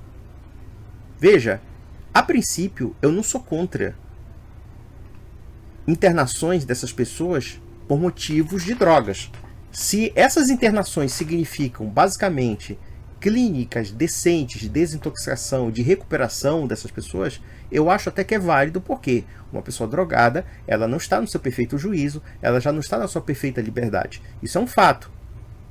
Porém, o que ele propõe, na verdade, não é internação. Ele propõe literalmente uma prisão. Ele propõe literalmente uma exclusão dessas pessoas sem qualquer contraponto para recuperá-las. Nós temos que prender para impor medo. Essa é a lógica dele. Ele acha que o cracoleiro tá na rua cheirando droga é para, sei lá, molestar a população, e não porque ele é uma pessoa problemática e que precisa de uma ajuda e de uma logística. E mais, ele parte da pressuposição de que se você criar uma regra rígida contra os cracoleiros, por assim dizer, então logo os cracoleiros vão deixar de existir em Curitiba. E isso porque também ele pressupõe que boa parte desses cracoleiros não são de Curitiba. Ora, quantas pessoas não usam drogas em Curitiba? Pessoas de várias classes sociais, inclusive pessoas ricas. Por acaso, senhor vereador, as pessoas ricas que cheiram coca, que usam determinados tipos de entorpecentes nas classes médias e ricas, você também vai colocar em clínicas, ou vai prendê-las, ou vai impor medo a elas, ou só vai contra aqueles cracoleiros que estão nas ruas? Veja que toda política é uma política inimiga do pobre. Eles não querem resolver os problemas da pobreza. Eles querem criar mecanismos legais de exclusões mais brutais dos pobres. Se o pobre já está fudido, então você tem que fuder mais a vida dele, usando o Estado, usando a legislação, usando a polícia e assim sucessivamente. E isso porque, recordemos, ele é a alma mais honesta desse mundo. Eu tava conversando com o Bruno Souza, tá ligado? Que era secretário de assistência social lá de Floripa. E ele falou que, cara, lá tem ponto, tipo, esses lugares de migração lá da Venezuela, por exemplo, tem gente falando já, não, vai pra Floripa, porque lá tem hotel social. O cara chega lá e aí a prefeitura paga a estadia dele pra ele ficar até arrumar um lugar pra morar. Aqui em Curitiba você sai, a pessoa chega na rodoviária, na frente já tem o hotel, a casa de passagem. Sim. Já tem um posto da FAS, que ela já pode fazer o cadastro e vai pra uma casa de passagem. Sabe o que eu acho interessante? Os caras são condenados por morarem na rua. Não tem que morar na rua, tem que acabar com o morador de rua. Os caras são condenados por usarem drogas, então você tem que simplesmente reprimi-los. Agora, quando o Estado oferece condições para que esses moradores de rua tenham um albergue para morar, não, tem que recusar o albergue. Decidam, caras. Decidam. Das duas, uma. Ou vocês amparam essas pessoas nas ruas, colocando albergues ou lugares para eles dormirem, ou então, o que vocês propõem é matar essas pessoas. Quer dizer, olha só que lógica mais esquizofrênica.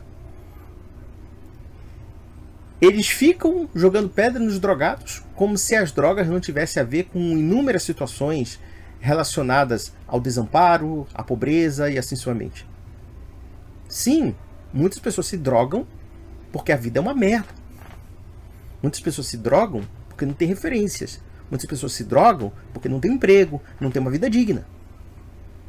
Ou será que vocês acham que as pessoas gostam de dormir no chão, que as pessoas querem dormir na vala ou coisa parecida? Essas pessoas têm problemas. Problema de ordem psicológica, problema de estrutura familiar, problema de vários matizes. Então essas pessoas precisam ser amparadas, precisam ser resgatadas. Elas não são necessariamente criminosas, elas são pessoas problemáticas. Existem vários problemas. Problemas mentais. Existem muitas pessoas com problemas mentais nas ruas. E a gente vai fazer o que com elas? A gente vai colocar um programa de eutanásia para elas? Claro que não, a gente vai ter que resgatá-las. O mesmo acontece com as pessoas que vêm de fora. Os venezuelanos, muitos deles são exilados políticos. É interessante como um babaca desse fala: a ditadura da Venezuela não presta, a ditadura do Maduro está acabando com a economia. Mas em compensação, ele quer que o governo seja incapaz de dar auxílio a uma pessoa que precisa de ajuda, mesmo sendo estrangeira. Ora, mas se ele recusa auxílio para os seus próprios nacionais, ser estrangeiro já é um problema a mais ainda, né? Então recusa-se também aos estrangeiros. E esse demagogo safado estava dizendo o seguinte: o governo do Pará expele paraenses, porque é o governo corrupto, porque o governo é assim assado, os paraenses são vítimas. Mas quando essas vítimas chegam para trabalhar numa região mais rica, você quer fechar as portas. Essa que é a bela merda de vocês, cara. Esse vídeo aqui é muito indigno. Esse vídeo é muito bizarro. Mostra realmente a falta de conhecimento dos problemas sociais que o Brasil passa. Ou, pelo menos, se vocês têm ciência desses problemas, vocês não querem resolver esses problemas. Vocês querem salvar o rabo da reta de vocês. Só isso. Vamos lá. Então, eu sou defensor de fechar a porra toda. Eu não quero nenhum tipo de assistencialismo para mendigo. Eu não quero nenhum tipo de assistencialismo para mendigo. Mendigo tem que morrer de fome mesmo. Mendigo tem que se fuder, porque é pobre. Meu Deus do céu, cara. Isso aí é uma mendicância espiritual tenebrosa. Porque é o seguinte, eu entendo o seu ponto. Eu não trabalho com política de verdade, então eu posso falar merda. Esse é o ponto. Não, cara, você não tem direito de falar merda. Porque você é um influencer. Você é um cara que influencia pessoas. Quantas pessoas, por exemplo, através de um vídeo vagabundo como esse, agora podem se achar no direito de tratar um mendigo como um sub-humano? Isso me lembra muito bem um fato que aconteceu, principalmente na minha adolescência, de um índio que estava num congresso, uma coisa parecida, um baiano, um índio pataxó, de nome Galdino, e ele foi pegar um ônibus. Como ele não conseguiu se locomover em Brasília, ele acabou dormindo na parada de ônibus, no banquinho da parada de ônibus. Aí apareceram os delinquentes, que eram filhinhos de gente rica. Sabe o que eles fizeram? Eles tocaram fogo nesse índio. Eles mataram esse índio queimado vivo. E aí, quando o pessoal ficou escandalizado, além de ser uma pessoa forasteira que estava em Brasília justamente num evento indígena, e ele não conseguiu chegar no seu hotel, e vocês sabem muito bem que Brasília é uma indigência no que diz respeito ao transporte público, uma coisa horrível o transporte público, é uma das coisas mais injustas que eu já vi na minha vida. Como é que uma capital dessa tem um transporte público tão ruim? Pelo menos na época que eu fui para Brasília, uma coisa assim, meu Deus do céu, consegue ser pior do que Belém em muitos aspectos. Tá? Tal estado de um retrato da desigualdade brutal que existe entre ricos e pobres no Brasil. Tá? Pois bem, o que aconteceu? Tocaram fogo nesse índio. E aí, quando o pessoal lembrou que era um índio, um desses caras que cometeram esse crime disseram: mas a gente não sabia que era índio, a gente achava que era só um mendigo. É sério, eles falaram isso. E vocês tinham que ver a forma como eles foram protegidos lá em Brasília. E o pior de tudo foi uma reportagem da revista Veja de uma juíza se compadecendo desses inocentezinhos. Sabe por quê? Ah, porque eles têm pai e mãe, porque eles são bem situados. Cara, é uma vergonha. Quer dizer, o índio que foi queimado vivo não tem pai, não tem mãe. Quem tem pai e mãe é quem comete crime. Sabe por quê? Porque ele tem uma classe social elevada. É nessas horas, cara, que dá vontade de ser um trotskista e mandar fuzilar toda essa elite, cara. Eu falo até para um amigo meu lá de Luxemburgo, e ele sempre me enche o saco em muita coisa, e eu também encho o saco dele.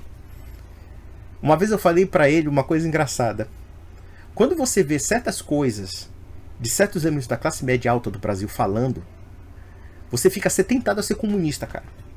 Você fica ser tentado a ser um trotskista com um chapeuzinho da União Soviética, uma estrelinha vermelha, e começar a querer fuzilar esse pessoal. É claro que eu não sou comunista, não tenho simpatia pelo regime comunista, nada, eu sempre fui anticomunista. Mas, cara, é tão perverso o quanto esse pessoal prega, e tão irresponsável, porque ele é um líder político. Esse aqui é um influencer, ele tem o direito de falar merda. Não, meu cara, você não tem direito de falar merda, não. Se você quiser falar merda, você se cala. Tome vergonha na sua cara. O que você prega tem efeitos na sociedade. Da feita que vocês ficam demonizando o pobre, demonizando o mendigo, demonizando o cracoleiro, demonizando tudo aquilo que está numa escala inferior de sociedade, vocês estão criando todos os subsídios intelectuais, todos os subsídios argumentativos para transformar essas pessoas como párias sociais. Não para recuperá-las, não para tirá-las da miséria, não para tratá-las como seres humanos. Tratá-las dignamente.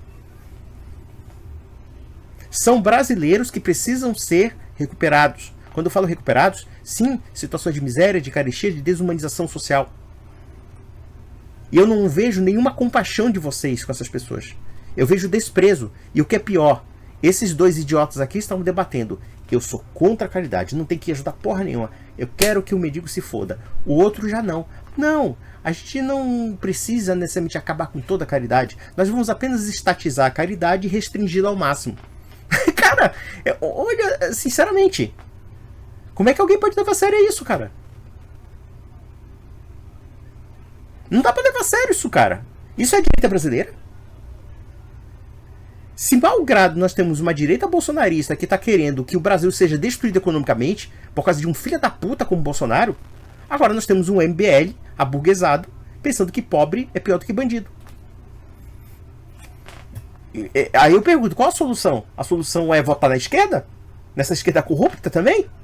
Mas a esquerda corrupta consegue realizar coisas e eu não consigo ver, nem mesmo, veja, até um sujeito que eu acho, em muitos aspectos, deplorável, como o padre Júlio Lancelotti, mas vocês fazem até o padre Júlio Lancelotti ser mais digno do que vocês.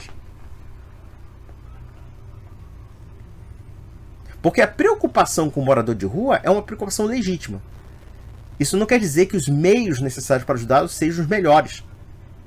Podemos discutir inúmeras implicações. Eu acho que morador de rua, podemos dizer, pode terminar, mas resgatando o morador de rua e não destruindo o morador de rua, não aniquilando o morador de rua. A solução para acabar com o morador de rua é a gente criar políticas de amparo àquelas pessoas que estão em situações de vulnerabilidade, como de fato é que o Estado faz, muito malmente, mas faz, pelo menos é alguma coisa. E isso com certeza ameniza os conflitos sociais, isso com certeza é um fator diminutivo da violência.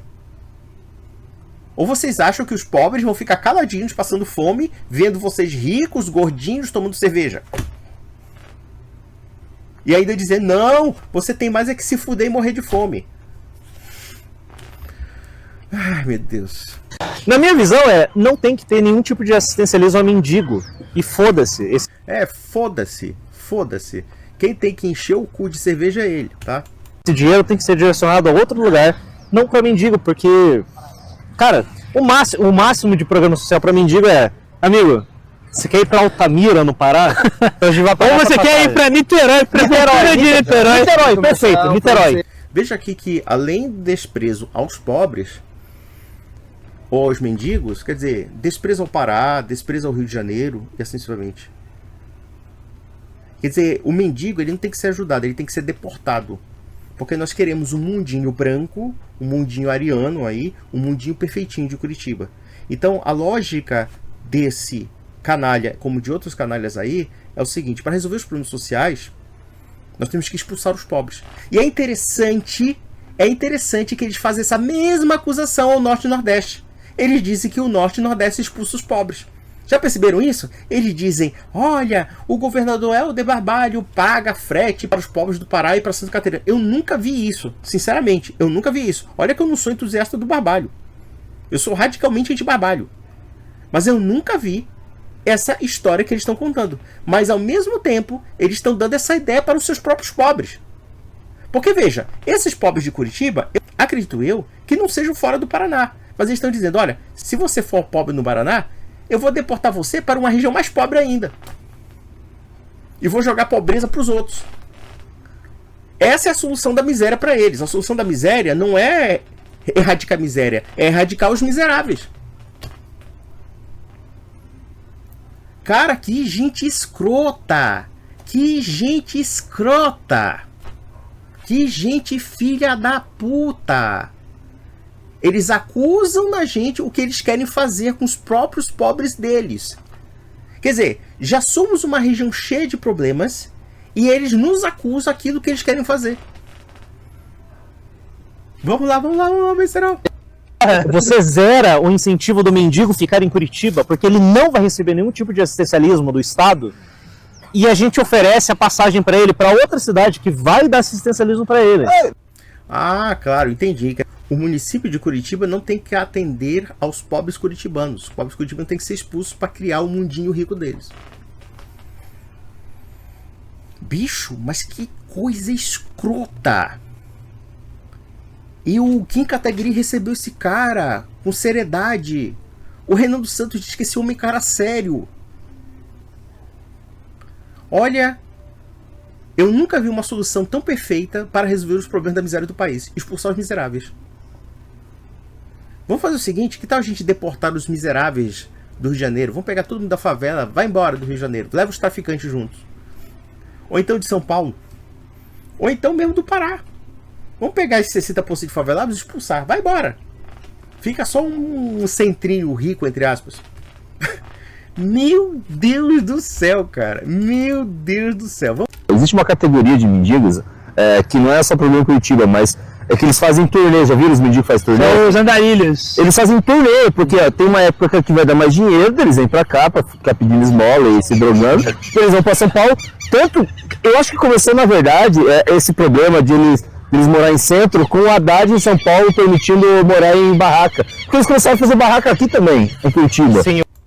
Ou seja, na cabeça dele é o seguinte: as pessoas gostam de ser mendigas, tá? As pessoas fazem turnê sendo mendigas.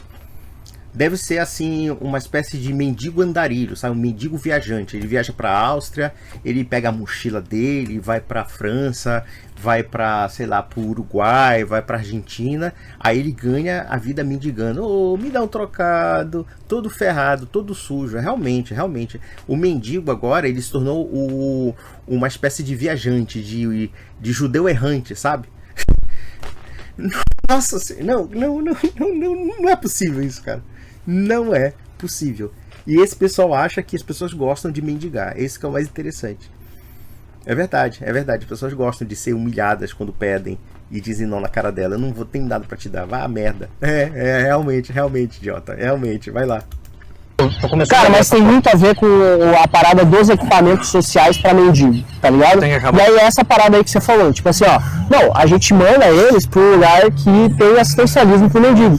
Veja a lógica dele. Ele acha que os mendigos existem porque existe assistência social. Meu Deus do céu, cara, eu não acredito nisso. Eu não acredito nisso. Entendi, ô babaca, ô burrão.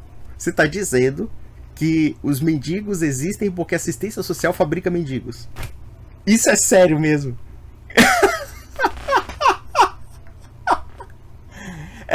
Você vai acabar com a assistência social, aí os mendigos vão tudo embora. Ou então, os mendigos, sabe o que eles vão fazer? Eles vão começar a trabalhar. Vai nessa, filho. Vai nessa, o burguesinho. Burguesinho pardo, né? Ou negro, segundo as normas de Pomerode. Segundo as normas da mulher alemã que fabrica o seu menino alemão numa panela. Vai nessa, meu filho, vai nessa, vai. Só que quais são esses lugares? Nas cidades que têm competência na gestão. Porque assim, ó, boa parte da gestão local, a maior parte a maior parte da gestão local de prefeituras e estados é executar aquilo que está determinado em legislação federal. Só que você só consegue fazer isso se você tiver um governo eficiente e com capacidade de investimento. Veja, segundo ele, capacidade de investimento é expulsar pobre, tá? É expulsar pobre. Não é resolver o problema do pobre. Como se o pobre não fosse cidadão, como se o pobre não fosse eleitor, como se o pobre não fosse nada. Porra, cara, é maravilhosa essa ideia. Não, nós não vamos resolver o problema do favelado. Nós vamos mandar o favelado embora. Nós não vamos resolver o problema de quem tá pedindo porque tá com fome, porque tá desempregado. Porque, segundo ele, todo mendigo é um drogado, tá? Todo mendigo é um vagabundo. Ele tá ali porque ele quer, tá? Ele tá ali porque ele quer. Ele gosta de dormir no chão, sabe? Ele não gosta de colchão. Mendigo não gosta de colchão, tá? Mendigo não gosta de ter uma casa. Mendigo não gosta de ter comida boa. Não, sabe por quê? O mendigo, ele tá dormindo numa lona, ou ele tá dormindo em cima de uma caixa de papelão, sabe por quê? Porque ele é vagabundo, rapaz. Porque ele é vagabundo, ele não quer trabalhar. É porque ele é um drogado. E ele é um drogado porque ele quer, porque ele é um idiota. Entendeu? É só por isso. Então sabe o que a gente tem que fazer? Deixar ele mais fudido ainda. E não é somente o poder público que tem que recusar, não. Todo mundo tem que recusar. Tem que ver ele como um leproso moral ali, tá? E vamos colocar naqueles estados ou naquelas cidades onde o estado é um pouquinho mais caridoso. Sabe por quê? Porque a gente não quer sujar nossas mãozinhas limpinhas com esse estorvo social, segundo a lógica de vocês. Vamos lá. E na boa gestão. Exatamente. E isso porque ele chama de boa gestão desamparar todos os pobres das cidades, tá? Ele tem realmente uma solução miraculosa. Cria uma lei para ferrar o pobre, pronto, você já resolveu o problema de gestão. Porque a legislação federal determina que você tem que ter centro pop, casa de passagem, restaurante popular, tem que ter todas essas merdas que tem... Tem que ter todas essas merdas, porque, porra, pobre só existe porque existe serviço social pobre. Se a gente acabar com o serviço social pobre, talvez os pobres desapareçam, afinal eles vão morrer de fome mesmo.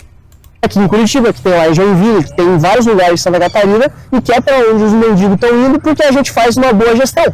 Ah, que legal, né? O problema da boa gestão é que é a boa gestão para o pobre. Porque a verdadeira e boa gestão é não parar o pobre, é deixar o pobre se fuder. Nossa senhora, meu Deus do céu.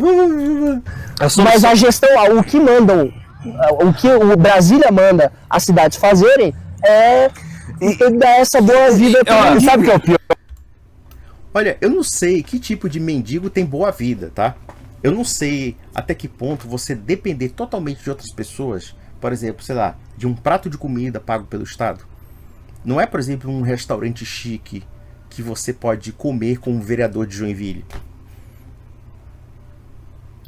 E é assim, uma coisa assim surrealista. Não chega a ser nem impressionante, tá? Porque eu já vi muita bizarrice na minha vida. Mas esse caso em particular é surrealista. Ele acha que o mendigo tem vida boa. Vamos analisar a vida do mendigo, vida boa. Muitas pessoas maltratam o mendigo. Algumas até mesmo dão porrada no mendigo. Tocam fogo no mendigo, como aconteceu no caso do Índio Galdino. Na verdade, ele não era nem mesmo mendigo, diga-se de passagem. Ele foi confundido com um mendigo, tá? Segundo os bacanas que tocaram fogo nele, ah não, a gente não sabia que ele era índio. É que sim que ele era um mendigo. Então, quer dizer, se ele for mendigo, pode tocar fogo, pô. Claro, ele não é nada. Mas, segundo esse animal, o mendigo brasileiro tem vida boa, porra. Olha, o Matheus Batista, eu vou virar mendigo, cara. Eu vou largar toda a minha casa, eu vou largar, sei lá, todos os meus confortos, eu vou largar o meu emprego e vou virar mendigo. Sabe por quê? Porque mendigo tem vida boa sustentado pelo Estado. Não, cara, não. Olha, depois dessa, cara, eu comecei a perder completamente o respeito pelo MBL. Eu já vi muita bobagem falada pelo MBL. Mas quando a gente faz uma assimilação do pensamento dessas pessoas, o que me parece é que o MBL tem todos os vícios comuns da sociedade brasileira. Porque tá endossando esse cara. E é interessante que o MBL hoje em dia tá fazendo uma campanha muito virulenta contra o Pará. Resta saber se essa campanha virulenta não está associada à COP30. Porque, no final das contas, o que a gente está vendo é basicamente isso. Ou seja, que o Pará está sendo demonizado. Evidentemente que eu acho que as críticas, quando elas são construtivas, elas são válidas. Eu já falei para vocês quais são os problemas do Pará. Existe problema logístico da COP30, etc. Tá? Agora, por exemplo, eu posso pegar um sujeito que, a despeito de críticas severas que ele merece ouvir, mas ele falou algumas verdades, que é o próprio Lula. O Lula disse que escolheu a COP30 para que as pessoas vissem a realidade do Pará. Quer saber de uma coisa, cara? Se ele falou isso, porque na verdade foi um amigo meu que me disse isso, viu uma entrevista dele, alguma coisa parecida. Se ele falou isso, um homem como o Lula, um sujeito que é bastante controverso, porque a gente sabe do fato de ele ter sido preso, dos escândalos de corrupção que envolvem ele e tudo mais, e também até mesmo da reviravolta que mostra um certo talento político, ainda que com todos os problemas relacionados à sua carreira política. Mas é preciso reconhecer que ele teve bom senso. E que é por isso que hoje o Norte e o Nordeste votam no PT. Eu já vi muito idiota do MBL ou bolsonarista afirmando que a causa do atraso do Brasil é o Nordeste e o Norte votarem no PT. Ah, não, são os estados mais atrasados do país, então votam no PT. Cara, esse argumento foi usado pelo PT há 30 anos atrás. Porque até então, antes da ascensão do petismo, o Norte e o Nordeste votavam em partidos mais à direita, enquanto o Sul e o Sudeste eram mais esquerdistas. Então podemos dizer claramente que durante o tempo, pelo fato do Sul e Sudeste terem promovido as esquerdas, então eles eram mais atrasados. Ora, o PT é um conluio entre aspas, é um modo de falar, né? É uma conjugação do sindicalismo. O Lula é um sindicalista de São Paulo. Apesar de ele ser nordestino, ele se fez politicamente em São Paulo, no ABC Paulista, junto com a intelectualidade da USP.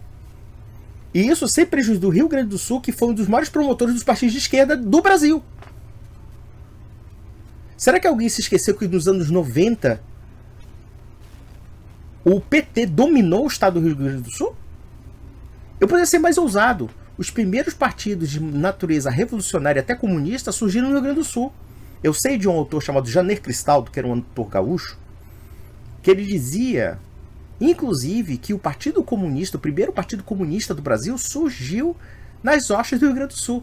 Inclusive ele falou de Dom Pedrito, que é lá na fronteira com o Uruguai. Eu não sei se isso é verdade, mas com certeza você tem um grande contributo da esquerda nos maiores centros do Brasil. São Paulo e Rio Grande do Sul. Rio de Janeiro também. Você tem o Brizola governando o Rio de Janeiro. Você tem a Luísa Erundina. Você tem o PSDB, que é um partido de centro-esquerda. E você tem o Rio Grande do Sul, que foi dominado pelo PT. Aí agora, os nordestinos estão sendo vistos como verdadeiros bandidos porque votaram no Lula? Mas vamos analisar uma coisa. Um sujeito que é beneficiado pelo Bolsa Família, pelos serviços do governo, por causa do governo petista, em situações de penúria e de miséria, entre esse governo que deu um amparo social a essas pessoas e um animal desse que diz que mendigo tem que morrer de fome, que a fome tem que ser uma arma política para expulsar os pobres, quem vocês acham que o Norte e o Nordeste vão votar, porra? Vão votar no projeto lindo, maravilhoso da missão do senhor Renan dos Santos? Projeto completamente paulistano, que sob o simulacro de um movimento nacional, na prática está se revelando um movimento paulistano, oligárquico, como também um movimento sulista oligárquico. Pra fuder todos os pobres do Brasil. É o que vocês estão dando a entender, porra. Então por que o nordestino, o nortista, por aí, missão? Dando cheque em branco pra um cretino desse? Ou por um bando de bêbados malucos? Por quê? Me dá uma razão aí, Renan dos Santos, pra eu votar em vocês. Me dá uma razão. Eu que vivo no Pará. Me dá uma solução para o Pará. É derrubar a família Barbalho? Derrubar a família Barbalho pra botar uma merda como essa aí? Nem a família Barbalho consegue ser tão estúpida como esse cara aí. Com todos os aspectos defeituosos e com todos os envolvimentos escandalosos que a família Barbari tem. Eles não conseguem ser tão insanos como esses caras. Que merda de partido nacional é esse? Que alimenta os regionalismos mais nojentos, as discriminações sociais mais estúpidas, os projetos mais criminosos. Porque da feita que nós recusamos benefício aos pobres, nós queremos matar os pobres de fome. Da feita que nós recusamos melhorias do trabalho, melhorias de emprego, melhorias da renda da população, na prática nós queremos permanecer essa sociedade injusta que nós temos. Esse é o projeto de vocês? Esse é um projeto de um merda aí que quer fazer sensacionalismo ganhando voto de gente neonazi? E não me vem dizer que não existe neonazi no Sul. Existe sim. Inclusive nesses tipos de pensamento. Olha, pobre não tem vez. Pobre é vagabundo. Pobre tem que chamar a polícia. Pobre é um bandido em potencial. Que merda é essa, cara? Caridade tem que ser proibida, inclusive caridade privada. Vocês querem um Estado totalitário?